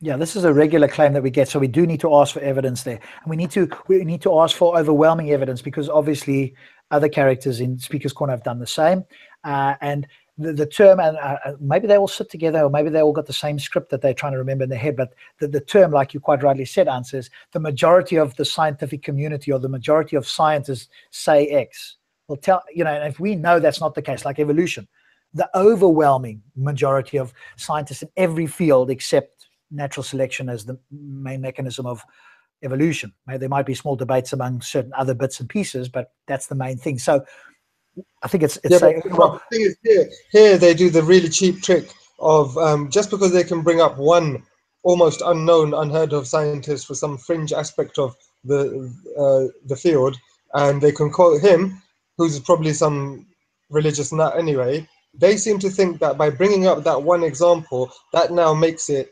50-50. That I've brought one person, you have to show me one person. But the fact is, you could literally show them thousands of people, and they still won't accept it. They'll just bring another person and say, right, we're even again.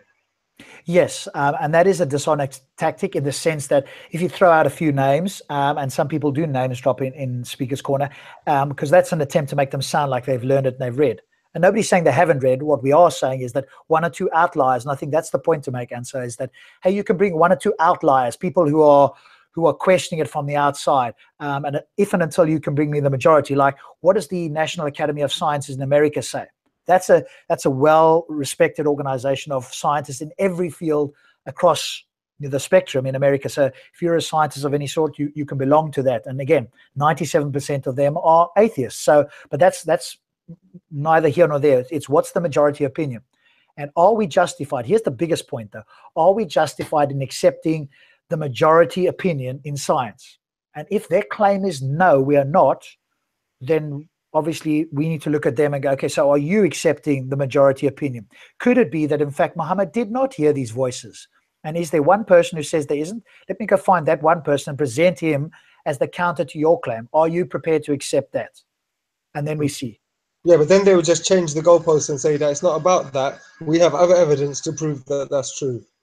Okay, but then again, we've got to keep them on topic, because what we're trying to, all we need to do, and it's something that I try to remember, I don't always get it right, is to bring counter examples. So if they do X, then we can say, okay, so if I do the same for you and I bring X, are you okay? Are you prepared to accept that? Because your argument rests on 1 or 2 scientists say this, therefore the entire field or the overwhelming majority say X, which of course is just, they're making this up in their head, unless they've got actual evidence. And like you say, 1 person or 2 is not evidence of the overwhelming majority.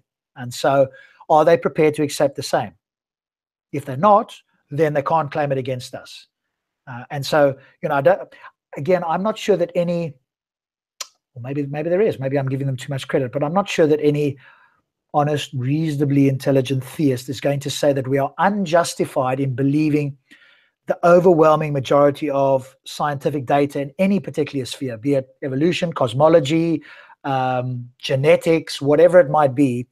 I would be interested to hear a theist who might actually genuinely say, you are not justified in believing, even because we don't need to know everything about a theory. You know, it's the analogy. It's not exactly right, but I don't need to know the mechanics of the engine of a car in order to drive it. And I think it's the same for all of us, because nobody is a walking encyclopedia, to quote little polite Hamza. And so are we justified in accepting the overwhelming majority of scientific data or scientists' views on a particular topic? And I would say the answer is yes, unless somebody can give me a very good reason why not.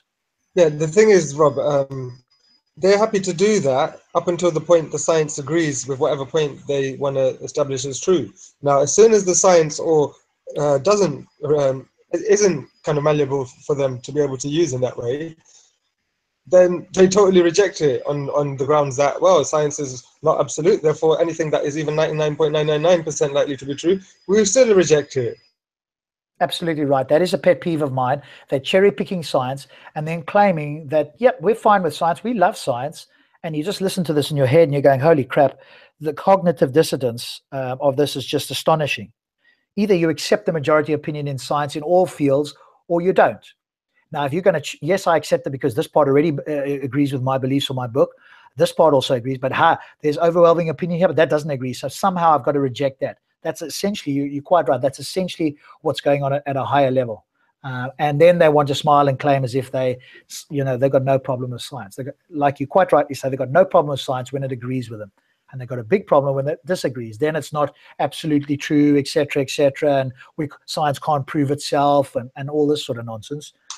Yeah, but that's the thing is, because like I always probably heard me say this a number of times, the reason we have these intellectual problems with these people, and it's so regular through all of their speakers, is simply because of this issue of they've decided what's true and they're refusing to accept that they've decided what's true before they opened their eyes and read any book or studied any subject. They already decided beforehand what was true. So until they actually admit that to us, and more importantly to themselves, they'll never really catch on to this, because it's obviously so straightforward for us to see, because my journey from leaving Islam was simply the fact that I actually cared what was true. So I had to check myself again and again and bring myself back to further and further levels of biases and accept that, well, I only want these things to be true because I want them to be true. That's it. Now, they refuse to play that game at all, which means that they're not there for the right reasons. Having intellectual debates with people like this is literally just like arguing with idiots.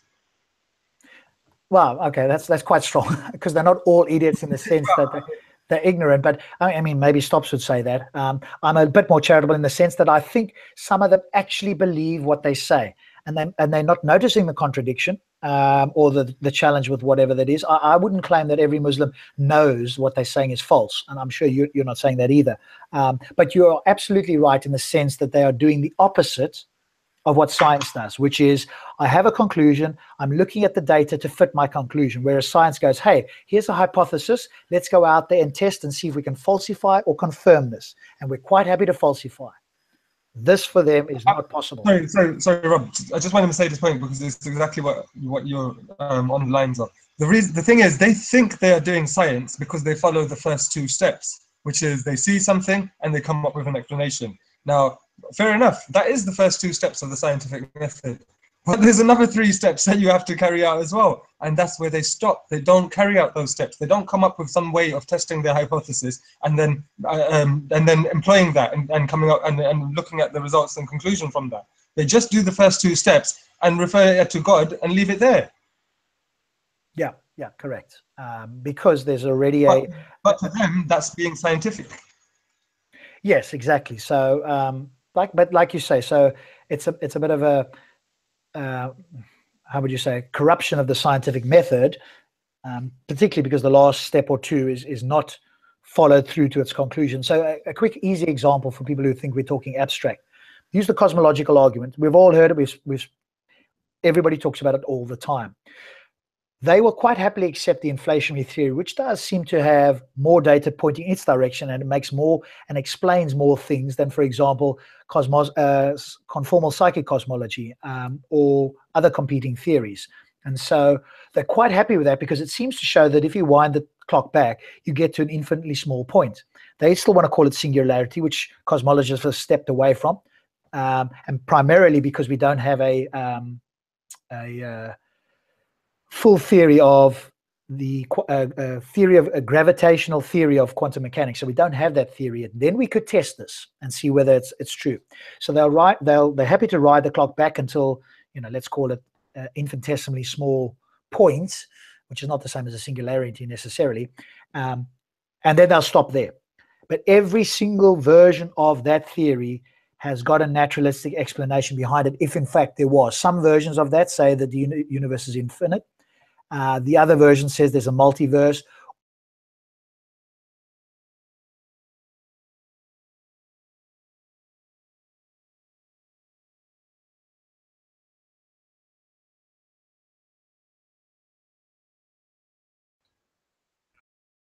So they will stop the theory when it gets to that point, and then try and bring in something else. But if they were consistent, they followed it through.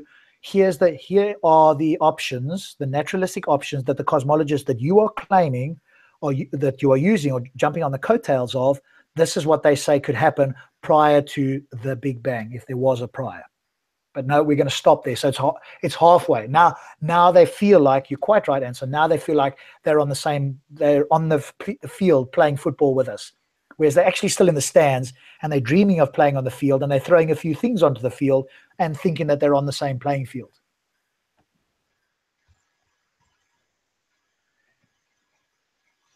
Yeah, Rob, I think you cut out a little bit during that speech. So sorry. Missed it in the middle there. I think we missed it. Yeah, it sounded like just disappeared for about 30 seconds or so. Oh dear, it disappeared. No, I was just saying at the end. So you're quite right about the scientific method. And when I was talking about cosmology, they're happy to go back to the point, the infinite point, if you want to call it that, but they don't want to go any further. So when you present, hey, but if you're going to use inflationary theory, then you need to carry on and say, here's the options that the scientists that you are quite happy to accept. This is their conclusion based on mathematical model, theoretical data, and in fact potentially actual observational data. But until we have a gravitational theory of you know what, this is the exact point I catch them out on quite a lot, is because when they say that, oh yes, the universe definitely had a beginning, I have to stop them right there, because the fact is, all the major cosmologists in this field, as you well know, you taught me this, all of them actually say that that's what it looks like according to the data available. But we all know that the data available is minute. It's literally just reversing the expansion of the galaxies and taking that back as far as you could in theory, because nobody can actually do that. So it's based on a lot of inference. So they all know how tentative that model is. As our understanding of the quantum reality increases, we'll get a better picture of what the quantum situation at the early universe may or could have been like.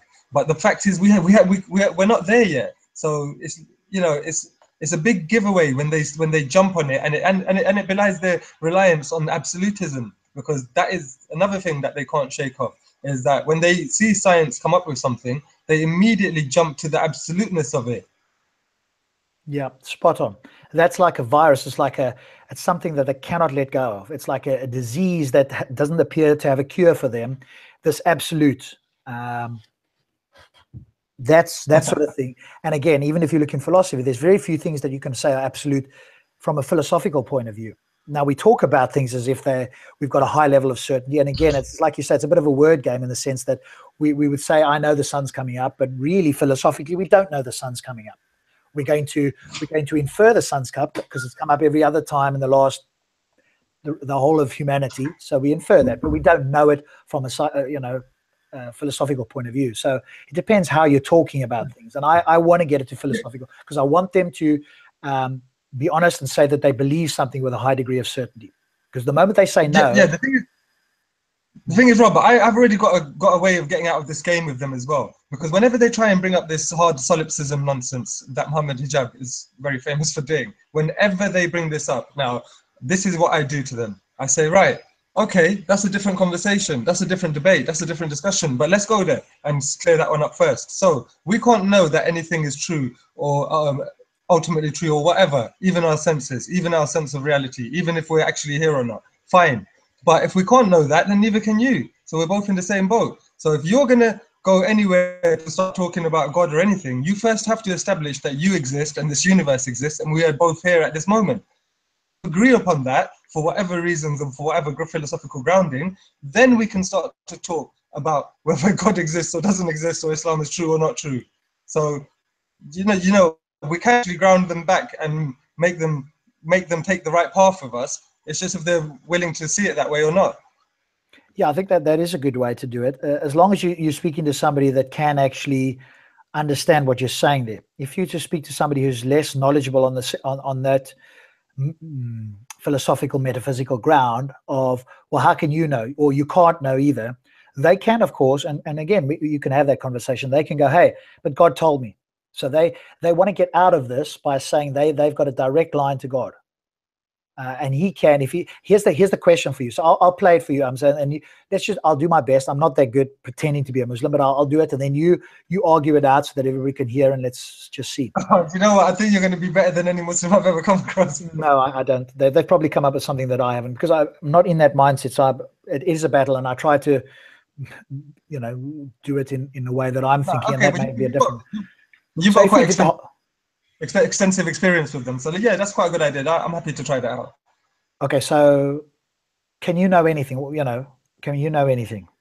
What can you know? Well, ultimately, as far as I can tell from what I've learned, I don't think it's possible for me to know anything for sure, and even my sense of this point of not being sure about knowing anything for sure, I can't even know whether that is true or certain, meaning that I don't even know if this is actually happening right now. But okay, I only don't know it as much as you don't know it either. Okay, but before we talk about what I know, you have just conceded the point that you don't know anything for certain, correct? I guess, yeah, ultimately it could well turn out that even this experience of life is not true. Okay, but now you forfeited your right to argue with me at all, because anything you say could be wrong. And all I have to do, and I can. You have to convince me that you've got a better way. Yes, God has given me that knowledge. I've got that direct knowledge from God in whatever way. Okay, but I don't believe you. Okay, but you're not on any ground to have that conversation with me, because you've just submitted that you could be wrong about anything. I'm giving you a firm assertion, which I can't prove, but I'm giving you a firm assertion that God has given me the knowledge that He exists. Okay. But that's fine. I mean, I could well change my position to say that God has given me the firm knowledge that my existence is true, and that makes us equally once again. No, but now what you're doing is you're taking my position. So if you're taking my position, the argument is over, because now I'm in the assertive position there. So you have basically said, you have actually surrendered to my position, in the sense that you've gone, okay, God has given me this information. Great, you're on my side. You're no longer an atheist, you're now a theist. In order for you to be on my ground, you're now a theist. Yeah, fine, I'll be a theist, but this is the problem I have, is that you all theists have this problem amongst yourselves, and that is that you can claim this, but the Christian can claim it, and the Jew can claim it, and the Hindu can claim it, and I've never seen any one of you get out of that situation with each other. Okay, but that's a separate argument. So me as a Muslim, I can give you reasons why Allah is correct and all the rest are wrong. But in order for this argument to proceed, you have to now submit to me that the only way that we can have this conversation is if you accept that you have to be a theist, that you have to have God as your foundation to know anything. If you accept that... I could do that hypothetically, because then it would just demonstrate that we're still in the same boat. But the thing is, you're the one claiming that you have this direct link for knowing anything at all, whereas I don't make that claim. Yes, so, I am making that claim. Your claim, I would have to see a reason for why I should accept that claim. Okay, but I'm telling you, God just gave me that information, and because you've surrendered the right to critique me, because anything you say or anything you think you know could be wrong, you're not in a position to critique me. So I'm avoiding the position that you've put yourself into by saying, by first getting you to admit that anything you think you know could be wrong, and then by asserting, because I can't prove it, and no theist can, by the way, but all I'm doing is saying, well, you've surrendered your position. I know God has given me this information in such a way that I can know it for certain. The thing is, Rob, mate, that's all fair and well, but the way that I look at the universe is that's not really going to get us anywhere, because, you know, at the end of the day, there's no good reason for us to assume that what you're saying is true. I mean, at the end of the day, I didn't get this link to God, so as far as I'm concerned, it may or may not exist. But you can't convince me that your particular experience of it is true. Okay, but I'm not trying to convince you.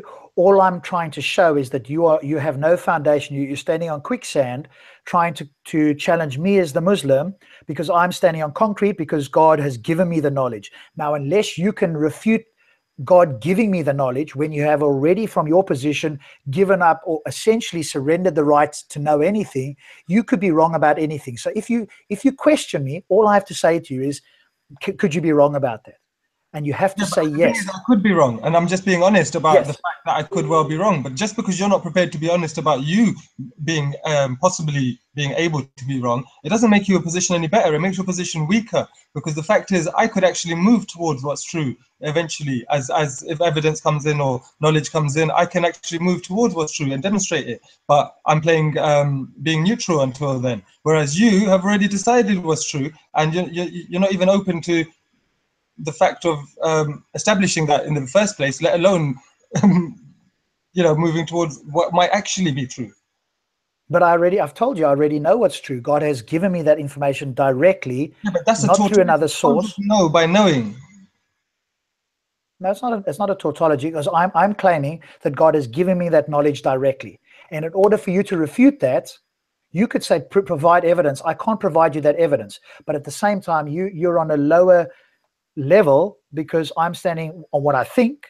I'm saying this from an atheist position, but a theist would say I'm standing on a higher position. So in order for you to even be on the same playing field as me, you need some way to know something for certain. I'm claiming God gives it to me. You're claiming you've got no way to do that. I told you already, though, that I don't play that game because I'm genuinely honest. I could have said to you from the beginning that I am 100% certain as well, and my God is called, I don't know, Bugaloo or someone. But where does that get us? It doesn't help anybody in any situation. Okay, so now the next question becomes, yes, I do know the Saitem, Bruggen, Kate, and this is essentially what they're doing. You won't get this very often, and so I will give you the answer afterwards, but we're running it through just so you can see what happens. Okay. The moment you claim another God or you claim anything, you're now, number one, you don't actually believe it. And remember, what I'm saying I really believe. Or atheists would say this, remember? So now the argument becomes, what you're trying to do as an atheist is you're dancing around. You are presenting me with an argument that you don't actually believe in order to try and avoid what to the theist who understands this argument or thinks they understand this argument is an escape route for yourself. You're trying to claim certain knowledge for something you don't actually believe. I, as the theist, am claiming absolute knowledge that God has sent me information, and I really believe it. So now, again, your escape route is not so good, because you are claiming something outside of naturalism. So you've given up atheism, number one. And number two, you don't actually believe it. And so now you are still not in a position to challenge me. Yeah, but even though I can't prove it, you can't challenge me.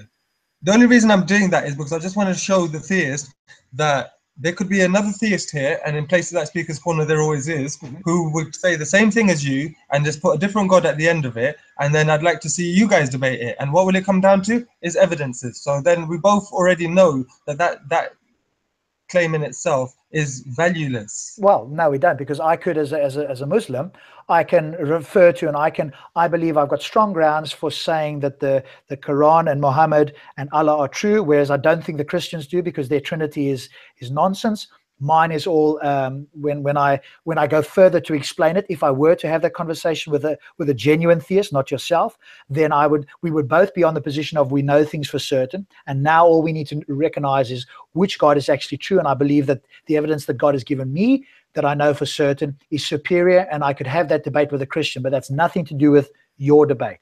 So you still, as an atheist, are standing on the outside looking in, but you're not able to actually, what you're throwing at me is sand, and it's just dissipating before it hits me, would be my analogy. Yeah, but my position is quite simply, the only thing you're attacking about my position is uncertainty. Now, if I'm prepared to be realistic about the reality of the situation we're in, you can see that as a disadvantage, but I see your position as a disadvantage because you're asserting certainty without even feeling the need to demonstrate it. And I find that to be laughable intellectually. Okay, sure, you could say that, but at least I have a coherent position. I can't support it in the sense that I can't give it. It's not coherent to me because you're literally just choosing something based on your faith in it alone, and that's not coherent to me. That's actually illogical. No, well, it doesn't defy the laws of logic, does it? I'm not being illogical or incoherent saying to you that I believe that's not sensible. What I mean is, it's not sensible. What you mean is it's not reasonable in your opinion. But again, as a Muslim, I could say to you, but that's just your opinion. And remember also, you could be wrong about anything you're saying. I can't be. In my world, I can't be. In your world, you are. And so it's uncertainty versus certainty, and I've got a claim that makes coherent sense. So as I say, I'm just playing this out with you, obviously. I'm not trying to have an argument with you. No, but Rob, you're getting annoying, mate. but can you see what happens when you go this route? Yeah, no, of course, you're right. They do this sort of stuff. Okay, so let me share with you. Kill this. Just go back to reality. Okay, you do it. Stops. You challenge me on it then. On what? on presuppositionism. Yeah, there is an answer to this, and I'll share it with you in a sec if you like. But if anything I've said is incoherent, or if you think you've got a way out from what Ansar was saying, go for it. Oh no, I wasn't listening because I would have done this right from the beginning. What would you have done from the beginning? You can't win with presuppositionism. It's you just nip it in the bud. Finished. End of story. How do you nip it? What would you do? Okay, you start off by saying, okay, you believe there's a God. Why do you believe in a God? Because God revealed information that I can know for certain. How do you know this for certain? Because God revealed it to me. How do you know that this is a God and not the devil? Because only God that's good could reveal this to me. He told me. How do you know that God is good? Because he's told me specifically. How do you know that this was God and not the devil? Because God told me. How do you know that this was a God and not the devil? Because God told me it was God. Well, if you know nothing for certain, then how do you know that this is for certain? Hang on a moment. And remember, in my worldview, God is all good and he can never lie. So I feel certain that it's God and not the devil. Okay, how did you establish that? Because he revealed that information to me in such a way that I can know for certain. How do you know that this is for certain? How did you establish that it is for certain? Because I've had the word of God come into me in my brain. How do you know it was the word of God? In such a word, because God said so. Okay, how do you know that this was a God who said so? He revealed himself to me in such a way that I can know for certain. How did you establish that? How do you mean, how did I establish that? Well, I've just said to you, he revealed it to me. You are certain about something. How can you be certain that something that is uncertain is certain? Hang on a second. I don't need to be certain about the mechanism. I don't need to give you the how. All I have to tell you is the what. Why? If you think about it, I don't need to tell you. Bring it back to reality. I'm saying, okay, if you say that there is a God, which you haven't demonstrated, now you are saying that the God who you have not demonstrated is telling you something in a way that you can't explain, with the contents that doesn't make sense. I don't buy any of that. No, you can't. But now, if I reverse it on you, what can you know for certain? Well, if I slap you, then I know for sure that you exist. No, but you could be a brain in a vat, and that could all be information that's being inputted into your brain like the Matrix. You have no way to know that for certain. I can't be, because I know for certain that I'm having this discussion with you. No, you don't. No, you don't. Yes, I do. How do you know you are? Because if I wouldn't be having this discussion with you, if I were a brain in the vat, I wouldn't be knowing that you are here, and I would not be having a discussion with you. No. The way you know is through your senses, correct? Absolutely not. No. How do you know something other than through your senses? Through my brain. How does that information that gets to your brain come into you? The brain tells me that I am having a conversation. If I were having a monologue, an imaginary conversation with somebody, I would not be able to slap you and feel the impact of my hand. If I don't have that feedback, I might as well go home and leave it and switch off. Okay, no, but you're not following me here, because the information has to get into your brain somehow. And the only way that it can get into your brain, unless you've got another mechanism that you want to tell me about, is through your senses. Eyes, ears. Okay. Yeah. Yep. Yeah. Okay. Can your senses be wrong? My senses can be wrong, yes. Perfect. There we go. That's all I need. Now you're in the same position as Ansar. No, I'm not. There you are. No, because I'm talking about reality. My senses are looking at reality. I am detecting reality, and you are making a claim that is not in reality, which is supernatural. My senses cannot detect the supernatural, so your claim is hereby rejected due to the lack of evidence. Okay, but my sense is, but my claim is not about the supernatural per se for you. My claim is that God has revealed to me. It's different. There's a different position here, and you've Okay, already but your admitted senses can be wrong. it can be wrong about certain things, but not about this. And you've just admitted that your senses can be wrong. And So you can't challenge me when I'm making a knowledge claim if your senses can be wrong, and you could be a brain in a vat. Okay, so your senses can also be wrong On certain things, but I'm claiming that my senses are not wrong all the time because God has revealed certain things to me that I can know for certain. And how do you know that this is for certain? Because God has communicated with me directly. Okay, how do you know that? Again, this is the same routine. It does not work because you cannot make a claim that something is certain when everything else is uncertain, and you need to bring it down to reality. Because now I'm going to say, how was something revealed to you by something that is outside our reality? Okay, let me ask you. Let me clarify this. What senses can you use to detect this God? Hang on a second. Oh, he could. Okay, so here's the answer to your question is actually a question, and I'm not doing this facetiously. I'm actually doing it as if I was a Muslim. Here's my question for you.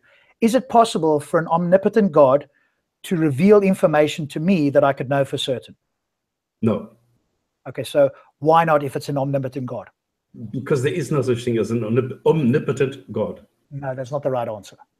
Okay, I don't care if it's the right answer. This is my answer. There is no such thing. Okay, what you are doing is you're playing this game where somebody has gone through this and you have to go on this script. I do not do that. I know the script. Matt Tillahanty has brought the script out. Ozzy has brought out the script. So I've read the scripts and I don't like them. You are right, but you're not answering it in a way that I would say humbly is correct. You are dismissing it, but not from an intellectual. You're just going, no, I don't want to hear you. Correct. Which you could do that. I don't like this script business. I don't like this playing chess. If he does that, then I need to follow with this. Otherwise, I'm this. I don't like that. I like using my own brain, using my own approach, using my own thing. And at the end of the day, it might not be as elegant. But at the end of the day, it's going to be the same thing because you cannot make any kind of point in this. I can't to you. It's reality. I can't to you, but I think if anybody's watching here, and imagine I was a Muslim, you haven't refuted my position. You've just gone, no, I don't want to listen to it. I don't have to refute your position. Well, yes, you do. If I'm making a claim and you are submitting that you could be wrong about anything. So what I'm getting from you, and this is obviously friendly stuff, so it's not really obviously. No. This is not real world. No. But what you are doing is you're like metaphorically putting your fingers in your ears, going, no, I don't want to talk about this, and that looks like you've surrendered your position. No, what I'm saying is I do not have to defend my position. You need to go and defend your claim. But I have, and part of this, you have made an assertion. But that is not defending your claim by making an assertion. And then when I say, how do you do that? You make the next assertion and the next assertion, none of which are substantiated. You can't do that. So at some stage, you have to come back to reality. And that is where I am. I am taking the reality position. And what I'm saying is you need to come back to reality. And if you can't do that, well, I'm sorry, you have not made your point. That is all I'm doing. Okay, I know you think you are, but in actual fact, on a philosophical point, you aren't quite doing that. On a philosophical point, no, because I'm not following the philosophical script. Fuck the philosophical script. I'm doing my own thing and you're not getting anywhere with it. Okay, so, I mean, at this point, if there was an actual debate with a Muslim, they would walk away and say they've won. And if I was honest and I was looking at it, it's not that they've won, but it's that you haven't had a sufficient answer. You could just say, I don't want to play. But then, not by those rules. No. It is true that a presuppositionist cannot make any kind of score or win or anything that you want to call it, whatever you want to call it, because all they are doing is they're just making claim after claim after claim, which none of which they can substantiate. And this is why I go and dismiss it. And of course I can go to the script. Of course I can go to the other one, but I don't like it.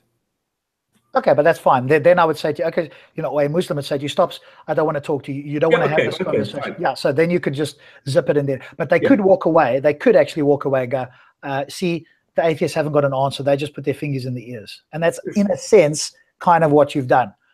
Even though I'm on your side, if a Muslim had that conversation that you and I just had, and they said, Rob, what do you think? I'd have to go, do you know what? He didn't defend a position. He didn't crack your position or show the logically inconsistency of your position. Okay, and I see it the other way around. He has not made his point, or you have not made your point. You've just made assertions.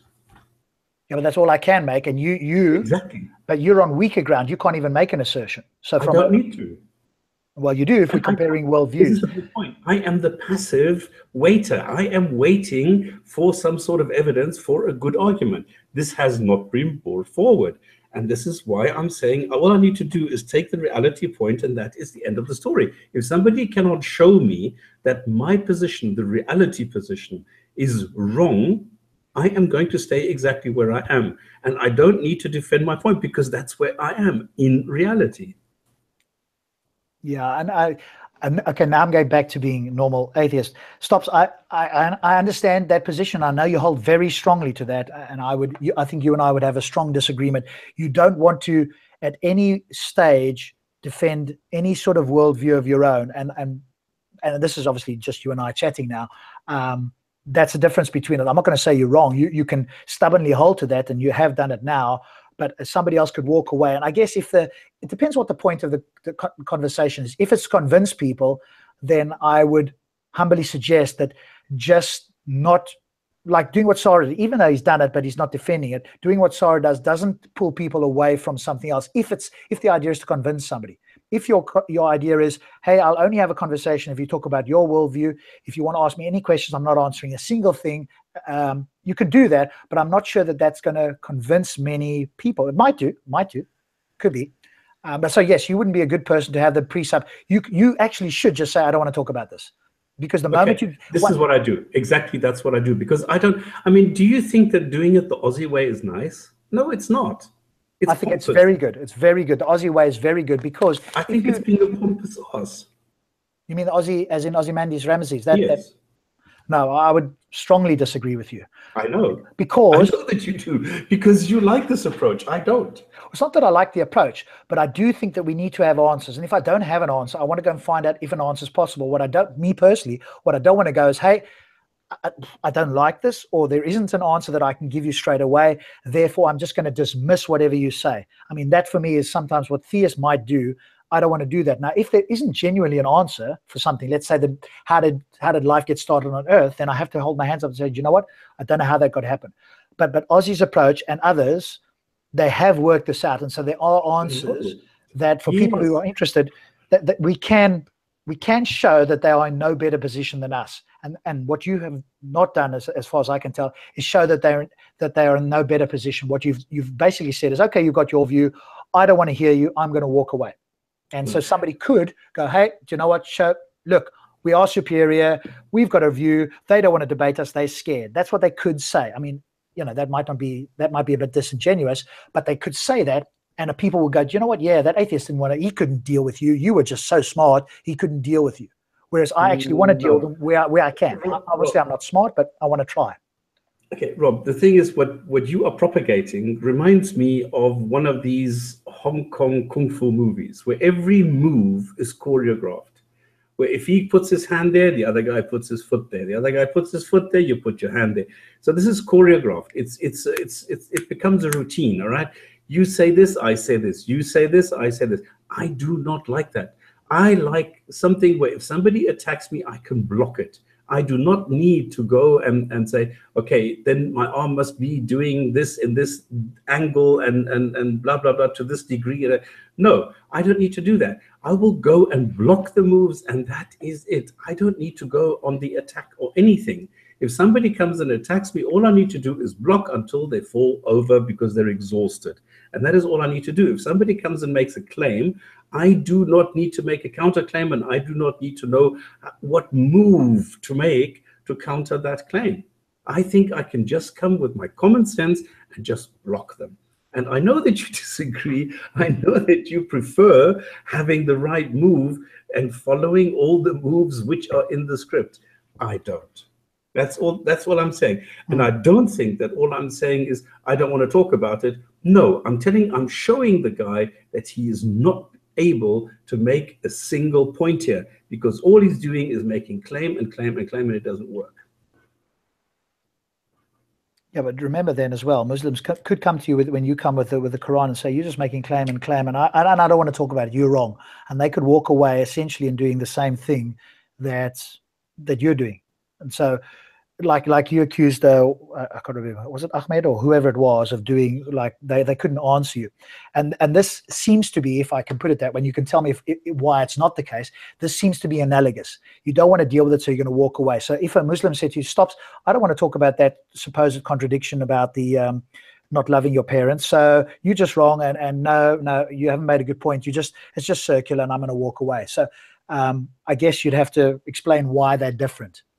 Well, the one is a fact. The one is based on facts. The other one is based on imagination. I'm not sure it's imagination per se. What you could say is it's a circular argument. Now, of course, had you pressed me in that direction and gone, "Hey, Rob, it's a circular argument," I would say to you, and this is the laughable bit. I would say to you, it's virtuously circular is the term they use, which I do think is laughable. But they go, yes, they would agree if pressed that it's circular, which of course is what you kind of demonstrate. You just didn't say it when you kept asking me, how do I know? And all I need to get to is a moment in time where you stop asking me that question, I start asking you. Because the moment I ask you the question, you can't even get to a circular position. And so it seems like you're at a loss. I agree, you're not actually at a loss, but it just seems that way. And that's the insidiousness of this particular approach. Because if one doesn't know how to handle it, and I didn't, and I was like you, I was like, this is bullshit. Okay, no, there I agree. I agree 100%. Absolutely, yes. Yeah, the first time I heard it, I went, this is bullshit. But I didn't know how to deal with it. And now, having listened to Ozzy and to Alex and to other smart people, and I accept that, philosophically is not maybe the thing that you're as interested in, whereas I'm not as interested yet in the details of the Quran, whereas you're an expert. So I would always defer to you in that sense that I don't know enough. So I guess it's also a difference of how do you do something? How do you deal with something? Absolutely, totally agreed. 100% d'accord. Yep, that's the whole thing. If somebody comes to me and wants to debate evolution, then I'm going to go, I don't have expertise. I believe it because the overwhelming majority of scientists believe it. Here's some evidences that I think, or evidence, should I say, I'm getting caught with that word now, evidence that I think evolution is true. If you're going to go and ask me for in-depth information or throw out a curveball, I don't know that information, but I would refer you to an expert. So it's been similar, it's choosing those ones, saying, you know what, that is bollocks, I'm not going to go there. I would do it once at Speaker's Corner with somebody and just get it on camera so we've done it once so that I can show they're in no better position than we are. Okay, let's reverse it now. Show us the Aussie way. Okay, cool. Show us the Aussie way. Why can you not believe? What do you mean, why can I not believe? So how do you know that what you not believe, no, what you are not believing is actually the way that the way that it is? Sorry, say that again? No. I'm tripping all over myself at the moment. I know. No, it's fine. Okay, so we won't go through the whole thing again, but here's what one would do as a non-believer. What they are asking for when they ask you, how do you know something? They're asking for what's called an internalist justification. They want you to justify it using reason and logic alone. Okay, and so you'll get to what we call as Ozzy calls it, a justificatory regress. You'll get to a point where you can no longer go back. And you have to, at some point, unless you're going to go circular, you have to admit that this is for everybody, by the way, not just atheists. But so from an internalist point of view, we'll get to a point where, how do you know that you know? You can't. That's the main point, is like understanding you can't know that you know. You know something, and that's as far as you can go. So you can go back to, for example, the laws of logic. In order for us to have this conversation, the laws of logic, we presuppose them. I don't know the laws of logic. I can't prove them to you. The laws of logic exist, and I accept them as a presupposition because I cannot prove them. The moment I open my mouth to have a conversation, I'm invoking the laws of logic, and therefore I would call them self-attesting. They are properly basic, is another word that some people use. I'm a bit iffy with that sort of thing. But they are self-attesting. In other words, in order to prove them false, you have to assume them. And that's all we need. That's as far as we can go back. The same with our how do we know we exist? All that we can say is that we know that there's thinking going on. So if there's thinking going on and I can use the laws of logic, I can proceed and have a logical argument. That's as far back as I can go. That's it. from an internalist point of view. Now, when you ask them the question, you notice what I did. You asked me and I said certain things. Then I got to a point where I was no longer internalist, because from an internalist point of view, they're in exactly the same position. They can't justify it except by appealing to God, which is an external justification. And so once they do that, they're no longer playing the same game. Now they're cheating because they're asking us for an internal justification. I could say, and Ansa kind of attempted to do it, I could say that, well, the reason I know that you exist is because light rays enter my brain, they hit my cortex, they make contact with the back of my brain, and that gets internalized into my brain, and now I've got the knowledge that you're in front of me. Now I've given an external justification. They might go, well, how do you know that? And I would say, I know that because, and I just repeat the same thing. You notice when you asked me, I just repeated the same thing. All I said is God gave me the information. And now from an atheist point of view, all you have to do is repeat the same thing. I know that because the sound is coming into my ears, it's rattling my eardrums, etc. But you can go further than that, which is what Ozzy did, and go, because the question could be, well, do you think, could you be wrong about everything you think you know? And the answer is no, not everything, all at the same time. Because in order for me, what I do know for certain is that this conversation is taking place. There's a reliability of my memory. There's a reliability of my senses in order to hear you. And if you're going to claim that I could be wrong about this, then we're both in the matrix. So you can't escape it by doing that. So there are certain things that I can know for certain at certain times. I can't know them for certain all the time, but I can know them at certain times. And there we go. That's where I was going, right? Yeah. Yeah, exactly. So what we do need is, if they want to keep going, we can do the externalist thing as well, or we can ask them, like you kind of wanted to do. You say, okay, happy to have this conversation. What game are we playing? Are you happy to do an internalist justification or an externalist? If they don't know what that means, then I would walk away from the conversation. I say, you don't even know what I'm talking about, and you want to come with this argument? Most people won't know that because they haven't listened to Ozzy and other people. If they do know what that means, and they go, okay, I'm going to go externalist justification, then they've given it up, because now I can give you externalist justifications as well and say, I know it for certain. The other big point, which you didn't ask me, every time I said, God has given me the information such that I can know it for certain, the other question that you can ask there is, and you kind of gave an answer that wasn't 100% correct when I said, can an omnipotent God give me, insert into my brain information that I can know it for certain? Now, in their worldview, and I think we would have to agree that an omnipotent God could do that. He could somehow zap information into my brain that I would know something. But, I don't allow that. They do. I'm sure they yeah, but I don't allow for the omnipotent. No, but remember what's happening here. You are not in a position to reject their God immediately. The argument is not to prove God. That's not the argument. And they are not coming to say, they are going, hey, if you step into my worldview, you've got to accept my presuppositions. I'll step into your worldview and I'll accept what you tell me. Now, if somebody comes to me and says, my submarine can fly at 40,000 feet, and we're discussing whether it's 40,000 or 39,000 feet, I don't go for that discussion. I go, a submarine can't fly. Yeah, but you also can't say for certain that God does not exist. So no, I didn't say that. No, but if you can't say that, then you can't dismiss the argument out of hand. I said the attribute omnipotent is faulty. Well, I agree with you in the sense that it's contradictory, but remember in there, that could be another way you could go, but all right, let me ask you this, Stops. Could a maximally powerful, or could an incredibly powerful being that is not omnipotent send me information into my brain in some way that we may or may not be aware of, that I could know something about? Anybody can. There we go. Okay, so you can't object to that. But what I can't object to that, no. You tried to originally when we had the conversation, but what you could object to, and here's why I would object, is that the person could receive information, but they are fallible, and therefore they can't know for certain that it in fact came from a God. That's what I said, exactly. Yeah. But there's a subtle difference. We have to admit that an omnipotent or powerful God can give them information, because otherwise we haven't got a reason to say that's impossible. And so they could just beam it down, Scotty, or whatever. We can't say that. So we have to accept that a very powerful being, or omnipotent, whatever term, you could just attack omnipotence and say it's incoherent or it's contradictory. But if you didn't do that, and they just switched tack, and they didn't, you know what? He's maximally powerful. Okay, then I'd say, how do you know? This is what I said. How do you know it wasn't the devil? That's exactly what I asked. Yes, you did, kind of, in a sense. But No, I literally.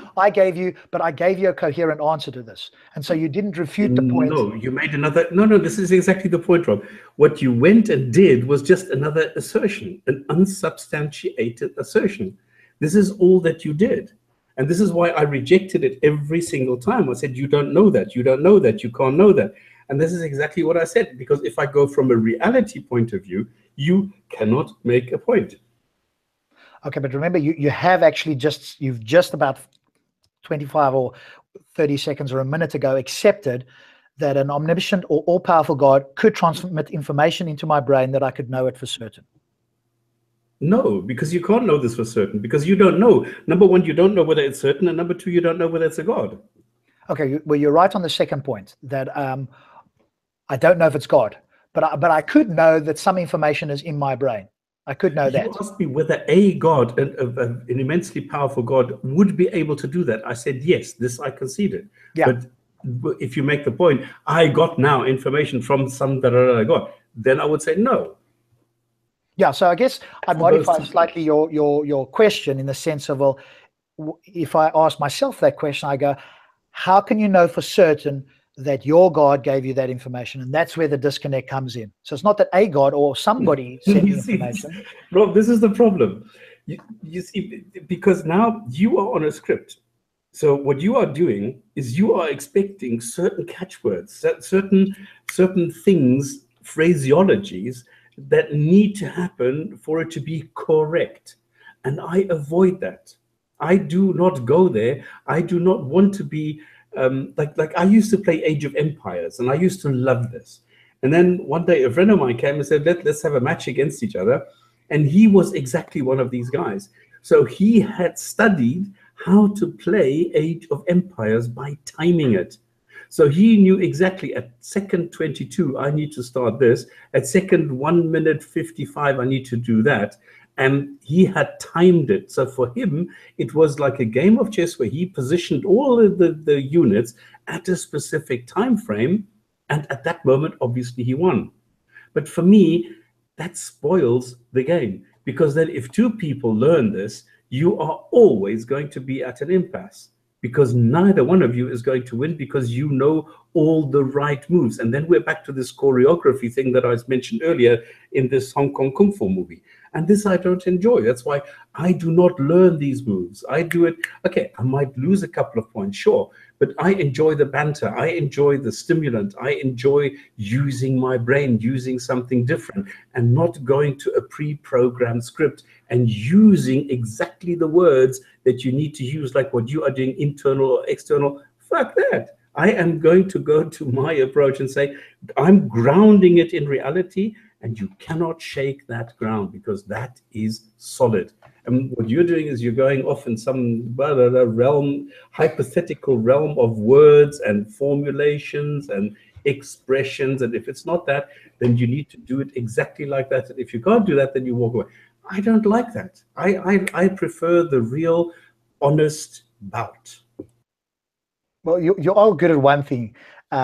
You're able to keep talking to get yourself out of it. And I noticed this, by the way. This is not a put down in any sense. It's like you've got a strength there that I don't have, in the sense that you're able to talk your way out of something without actually dealing with it, or making the point to show that you have at least refuted or nullified the position. You're able to talk your way out of something, and you did it remember when Steve the other guy came on? Do you remember that hangout we did with that American guy came on, and we started talking about something philosophical, and I remember you did it there as well. It's kind of a strength I don't have, in that sense of just being able to talk your way out of it, going, do you know what, I don't want to talk about it, and you're able to keep talking to make it sound reasonable. At the end, the person goes, well, shit, maybe you're right. But you haven't actually answered or met the challenge per se. You've just gone, in a sense, you've kind of gone, well, I don't want to talk about it. But you've done it in such a long-winded way that people, it's a bit like, it is a strength, and that's something I don't have. Maybe I need to learn that more with this sort of thing. If there's something I don't want to talk about, I tend to get drawn in, and you've got a way of not having an answer, but able to get away with not having an answer, in a sense, like giving a fairly lengthy explanation. So yeah, that was interesting. At least people may have got something out of it. Steve McGree, that's the one. Pull-ups, yeah. So that's again, go watch, for those who are interested. I know Stops isn't, but that's because we do need to tie them down into, in that particular thing, all we need to show is that they're on the same level, because they are claiming they have a superior methodology to get them out of it. And if you don't know what it is, then it's very easy to get caught up in it if we don't know. So I'm not saying that we as an atheist need to know the script. We need to know what they are saying and what we could, some of us, if we wanted to, what we can say to counter that, because there is a counter. It's not like it's a knockdown argument. But if you don't know it, you can stand there kind of like umming and ahhing, and it seems like a knockdown argument, because most people would never understand this. They'll understand bits of it, and it sounds like the theist has won, but of course they haven't. And that's all I want to show. It's not that we've won, but just that neither of us are in that position. And that's why there's a lovely, for anybody who's interested, let me know, send me like a number 1, and I'll send you a 3-hour conversation where there was about 6 or 7 really smart atheists, and they grilled these 2 presuppositionalists who were actually much better at it than I was. They were on another level. So if you thought I was okay at it, these guys are much better at it. If Stops had that conversation, well, he wouldn't want to, but if he were to, he would have been a bit more challenged than maybe I was, because they were able to answer that in ways that make it, again, sound eminently reasonable. So I'd love to. What, do you want to listen to them? Yeah, I'd love to have this conversation and see what they do. Yeah. Well, I mean, I like these things. Like there's 2 of them. There's obviously the Sight and Bruggencate approach, which is it's a different approach, and as Ozzy says, it's not the intellectually honest approach, because his approach is, all he wants to do is get you to a point where which both you and Ansa admitted, is that you can't know anything for certain. Once you get there, that's his defense mechanism, that you can't even ask him a question. And if you watch the Matt Dillahunty approach, that's what he did.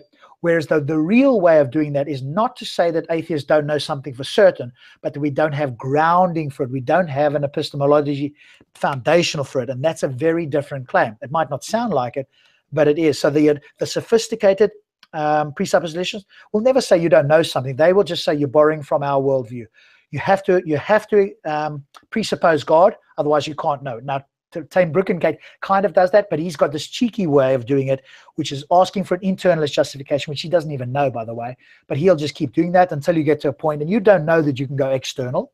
And so you kind of get to a point which you both admitted, okay, I can't know this for certain. Once you get there, he thinks he's got you. No, he hasn't, because that's not an intellectually honest, and that's not what the original guys did with us.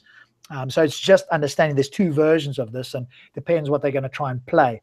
But you're quite right. They don't have an answer, and but they would approach it in a slightly different way. They would say to you, you could know something for certain. You could know that the laws of logic, you could know your existence, but the only reason you can know that is because the God has given you that information. And that's how they try and do it. And that's harder to get rid of, but you can still challenge that as well. So it's just interesting. And on that bombshell, we give it over to Abu. Hello. Yeah. Yeah, so you're ready for the hadith of the day? Of the week. Of the week. Go for it, buddy. Okay, so this is a hadith that exists in many versions in Sahih Bukhari. But since we have one fellow, Mr. Sarasan, who thinks that Imam Malik's Muwatta is more strong than Bukhari, I take it from Malik's Muwatta. What? Yeah, he thinks that Muwatta is more authentic than Bukhari. But the one is prose and the other one is straight from the horse's mouth.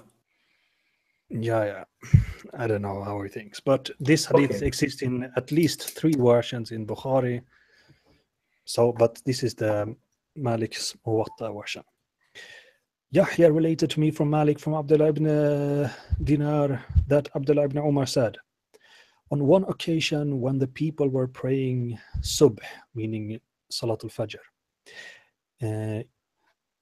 Qiblah. You need to explain this, the evening prayer.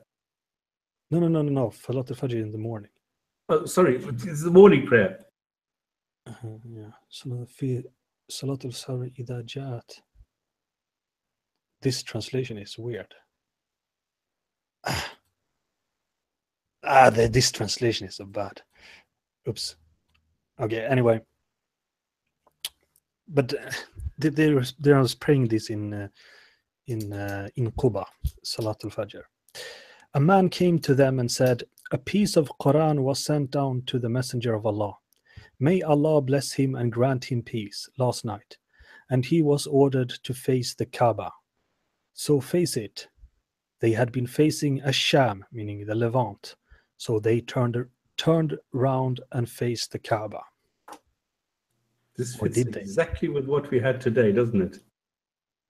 Well, I think my hypothesis is that they faced the original Qiblah direction all the time, but somewhere around the death of, or the end of Abdullah ibn Zubayr's life, the death of Abdullah ibn Zubayr, somewhere in that area of time, they moved the Qibla to Mecca. And I don't think the change of Qibla happened in the Prophet's lifetime. I think it happened later. But more about that next week. Why would a god do that? Because he's I don't know. You have to ask God, but I don't think it was God again. Does God change his mind? No. I had a question. I don't know. You guys can, just before we go, we might have a few minutes. Obviously, anybody who wants to leave, thank you so much. We're kind of at the end of the show, so we might do a little bit of an after show if we get into any discussion. If not, that's all good. But there was a question in the chat. It's not just for me, but I'll be interested in your guys' opinion. Somebody asked, who is the worst debater? And I did ask what they mean by worse. I guess from my point of view, the one that wants to avoid moving towards truth would be what I would define as worse. But what would you, I guess we're talking about Speaker's Corner debaters that you guys know. Who would you say is the worst, and what do you mean by worst? Say the worst kind of debater is the debater that doesn't even show up to the debate. Okay. All right. So, I mean, of the people that we know of, who would you say is the worst, and what do you mean by worst? I mean, Ali is somebody who really doesn't know anything. Subur is somebody who just, rattles off names because he doesn't understand anything. Mansour is somebody who doesn't have a clue about anything. I mean, Imran Hussein is just, I don't know, he's a baby who follows Tsortzis, and Tsortzis doesn't understand the first thing, even though he thinks he understands something. So somebody who doesn't do any justice to anything is Shabir, because all he goes and tries to find a hole in what somebody else is saying. The gay Muhammad, well, what does he do? I don't know. He just asks people, what do you think about the universe? So give me somebody who actually brings something to the table. The only guy who is more quiet and more rational, and even though he doesn't understand anything, is this little guy Hamza from Bangladesh. Yeah, I love your what's the word? Your assessment of each of the debaters there, Stops. You are brilliant for when you fancy it, giving like a blunt 2-word answer to things. So you're like a counter to a Shabir Yusuf when you want to be. Then you are quick and short. Abu, any thoughts from you on the guys that you know? No, as I say, I'm just thankful for the guys that are willing to debate at all. I mean, for example, this Ahmed guy that came on last week, he's pretty. That's the kind of guy that I don't feel it's really worth talking to, because it's so too low level. But in general, I'm very, very thankful for people that shows up. Yeah, I'd echo that thought as well, in the sense of like, even, whatever one thinks about Ahmed's arguments, because that's what I'd rather focus on than him as a person, at least they're prepared to come on and have that conversation. Because again, like when Stops is running in a full mode and Hamza's had a little bit of weed there, the two of them, it can be quite intimidating for somebody who comes on there. I haven't seen Zoe come on for a while, but again, I think he was treated very fairly. So, it can be for the uninitiated, it can be a bit of a firestorm here if the boys are in a mood to not let them talk at all. So again, it's good that they can come on, but again, that helps us, because otherwise we can just talk in an echo chamber here and pat ourselves on the back and we're all right. But we want to hear the other views, and once the views are put out, we can disagree, but at least the views are out that other people can listen to, and I think that's the important thing.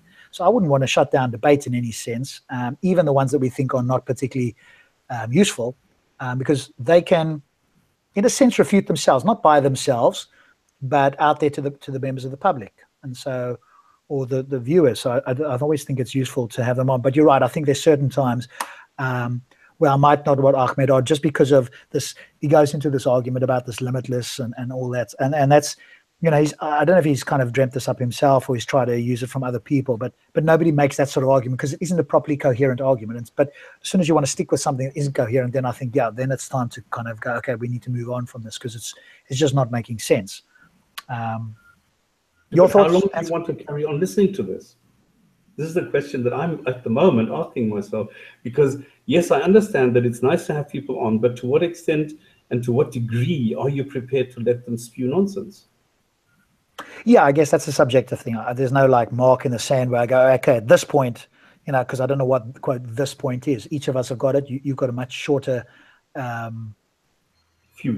fuse or attention, or allow for that to happen. So yeah, and it differs, I suppose, not only by person, but by particular topics. So, you know, I'd more have a philosophical or maybe a cosmological argument, whereas you maybe want to go the Quran route. And so, again, there'd be differences there. I'm like, okay, if you go deep into the Quran, I'm like, let's cut this short, or you go for it and I'll sit quietly and just listen. So it depends on the topic. Because how about with Zoe, for example, I was practicing, can I actually do this? And I found, yes, I can. I just need to, you know, put myself into that frame of mind. Yeah. And I guess what was good with Zoe is he was upfront about where he's at and stuff. And, you know, I do think that if people think critically, they would leave Islam or theology in general. But my intention is for them to think critically, because that's the main thing. So I don't go, I'd like to, in a way, the ultimate outcome, but they need to do it themselves, is for a, you know, religion-free world. But, you know, that's obviously pie in the sky thinking, or in principle, that's what I would want. And I realize that'll never happen in any of our lifetimes. But like critical thinking, I think, and I've heard it from Ansar today, I've heard it from Abdullah, which is brilliant. They both said the same thing. They started to think critically, and then they started to examine things much closely and relate it to reality. Once they do that, you know, unless you want to ignore it, or have what I would call, or one of my mentors used to call, unless you want to have a civil war in your head, one of them has got to go. And so, you know, then it's a case of, okay, so what are you going to do? Are you going to ignore what is self-evidently true, or are you going to accept it? And okay, I can understand it can be scarier, but I guess to some degree, because now your whole worldview is changing. And I was a Christian, but it kind of just left me by the by. There was no pressure on me if I suddenly became not a Christian, for example. The family's not going to, you know, disown me and all some of the horrible things that have happened to Ansar. So, you know, from Ansar's point of view, for example, it's even more admirable because there's serious consequences for some people, whereas there's less for other people. So, but I do think critical thinking is the antidote. That's the internet and educating yourself on whatever topic it is. So, yeah. Ansar, from your point of view, what would you say? Who would you say is the debate? Let me put it this way. I'll rather rephrase it a little bit more politely in a sense. Who would you not really want to have another debate with? To be honest, it's hard to say really, because you can get different things out of it, and you know, people behave slightly different in different situations. I can't really think of specifically. Ginger Hamza is a really annoying person to try and have a debate with. It's just his personality. He's really rude, and in terms of debating etiquette, he's just really rude and annoying, and always chipping in there whenever you try and say something. He's always putting words in your mouth and trying to misrepresent you. That's so blatantly and callously. It's just pathetic, and it's just genuinely annoying. You know, he's somebody I don't like kind of being near anymore for that reason. I think, you know, Muhammad Hijab is really annoying with the physical stuff as well. I've debated with him a couple of times. He's never tried to touch me, but I can imagine if we had a proper debate and he did start doing that sort of stuff, you know, that's just really annoying as well. But you know, he's really slimy with the philosophical stuff as well. But I mean, to be honest, like Stops said, I think Stops' roundup of them was fantastic. You can hate them all for different reasons. But I would look at it slightly differently. And I would agree with what Stops said about each of them individually. But generally speaking, and this is what I always go back to, is the critical thinking thing and intellectual honesty. They all, like the ones that don't know much, like Ali Dawa and Ginger Hamza, they're just blatant liars. They claim to know stuff, and when you prod them with questions, they don't even know the absolute basics of what they're talking about. So they couldn't possibly know to any convincing scale. Now, that you can't say about, say, the more educated ones like Mansour and Shabir. Maybe they have done a lot of reading and studying about the specific topics, but that just makes them intellectual liars as well, because then they're misrepresenting the majority view, and they cannot be saying that the majority of scientists say this, when anybody who has looked into this situation even a bit will know that that's blatantly not true. So they're just liars at different levels of lying. They can learn and study and read as much as they like, but they're just still going to end up lying to themselves and to us about it. So essentially the problem which I have, and this is why when you and me had that pretend debate there, this is why my position isn't about trying to convince them of what's true and what's not true, or whether their God is true or what's not true. I am simply there to show them that the way I think about things is to be critical about everything. That's what gets us through. That's what gets us by. That's what helps. That's what works. That's what succeeds. So from the very basis, I'm only demonstrating that I'm a skeptical person. I'm not willing to accept anything to be true until it's really hammered home in front of me. And even reality itself, look, we have dreams. When you're in the middle of a dream, it 100% feels like you're really there. And it 100% feels like everything's at stake. And you go crazy at that moment, but then you wake up. So we have to admit that we can't possibly know these things that we think we know to that ultimate level. That's just basic, acceptance of reality, I think. Yeah, very well said. I agree with you on that, and I think that is a point to keep reminding people of, is that they can't know things for certain. And even just the word know, there's not a lot that you can know in the philosophical sense. We can know certain things when we just talk about things, but what they're really talking about from their point of view, and even Ginger Hamza has admitted this, or that he hasn't made the proper link to it, but even he's admitted that he believes things, he doesn't know it. So he's obviously had a conversation with somebody after he had that thing 3 or 4 months ago. With the Sarah one, he was caught out because he insisted for more than an hour. But then since then, when he spoke to me, let's say like 3 or 4 months ago, he'd already changed by then. And now he's adopting the new position. Then I had that conversation with him, but he still didn't get it. And by the way, Stop Spamming has done a nice video. Stops, if you could post that. He goes into the gumball machine, which we can talk about at some point, because I think, again, that is useful. And Stops has given his view on the gumball, which is essentially... Oh, but it's my own. Yes, if you pop that in the main chat for people, you've just finished that video, so get some views on it. That'll be good. What's the one that he done of? He deconstructed one of Hamza's ones a long time ago, isn't it? I remember watching that. No. This is actually Stops has just made a brand new video that came out today, so you guys will be the first to watch it, where he talks about the gumball. So the analogy with knowledge and belief. So as long as we get them to accept that what they are professing is a belief claim, not a knowledge claim, A, that's less strong, but B, now we can have the conversation. Because if they're making a knowledge claim, let me just copy and paste that into the main chat there. If they're making a knowledge claim, that's substantially stronger. Now they need to do a lot more heavy lifting, in the sense of like giving an argument. The gumball, there you go. So that's the thing, because once it becomes a knowledge, once we show that it's a belief claim, that's already blunted the argument, because a lot of them say, I know something, and actually they don't know. What they really mean to say, and they don't know that they need to say it, is that I believe something with a high level of confidence. That's fine. You can, and now you need to provide me evidence that scales with your belief level, your confidence level. And if those two scales aren't even, then that's problematic. But to say you know something, that's much more challenging. Yeah, this is what this Muhammad guy did with this Jake, this guy. I mean, this is all he was saying all the time. Here's the fact. This is what we know. This is what we know for sure. This is a fact here. This is the truth. This is reality. And he was just lying. I couldn't understand that.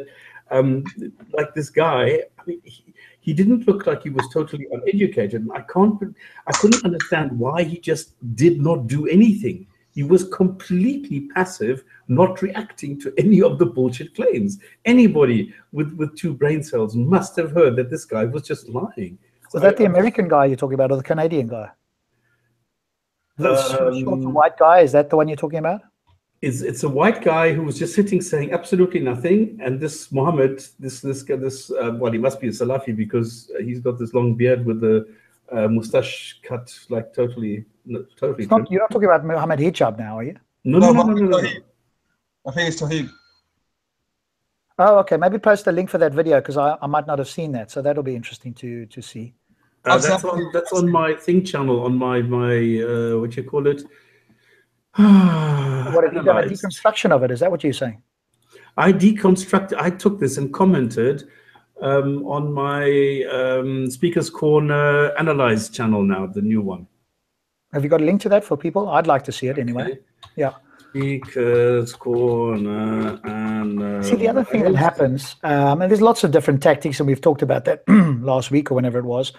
And one of them, and it's a psychological thing, and people don't know that they're doing it. I know that, because I've looked into some of these things and trained a little bit into this.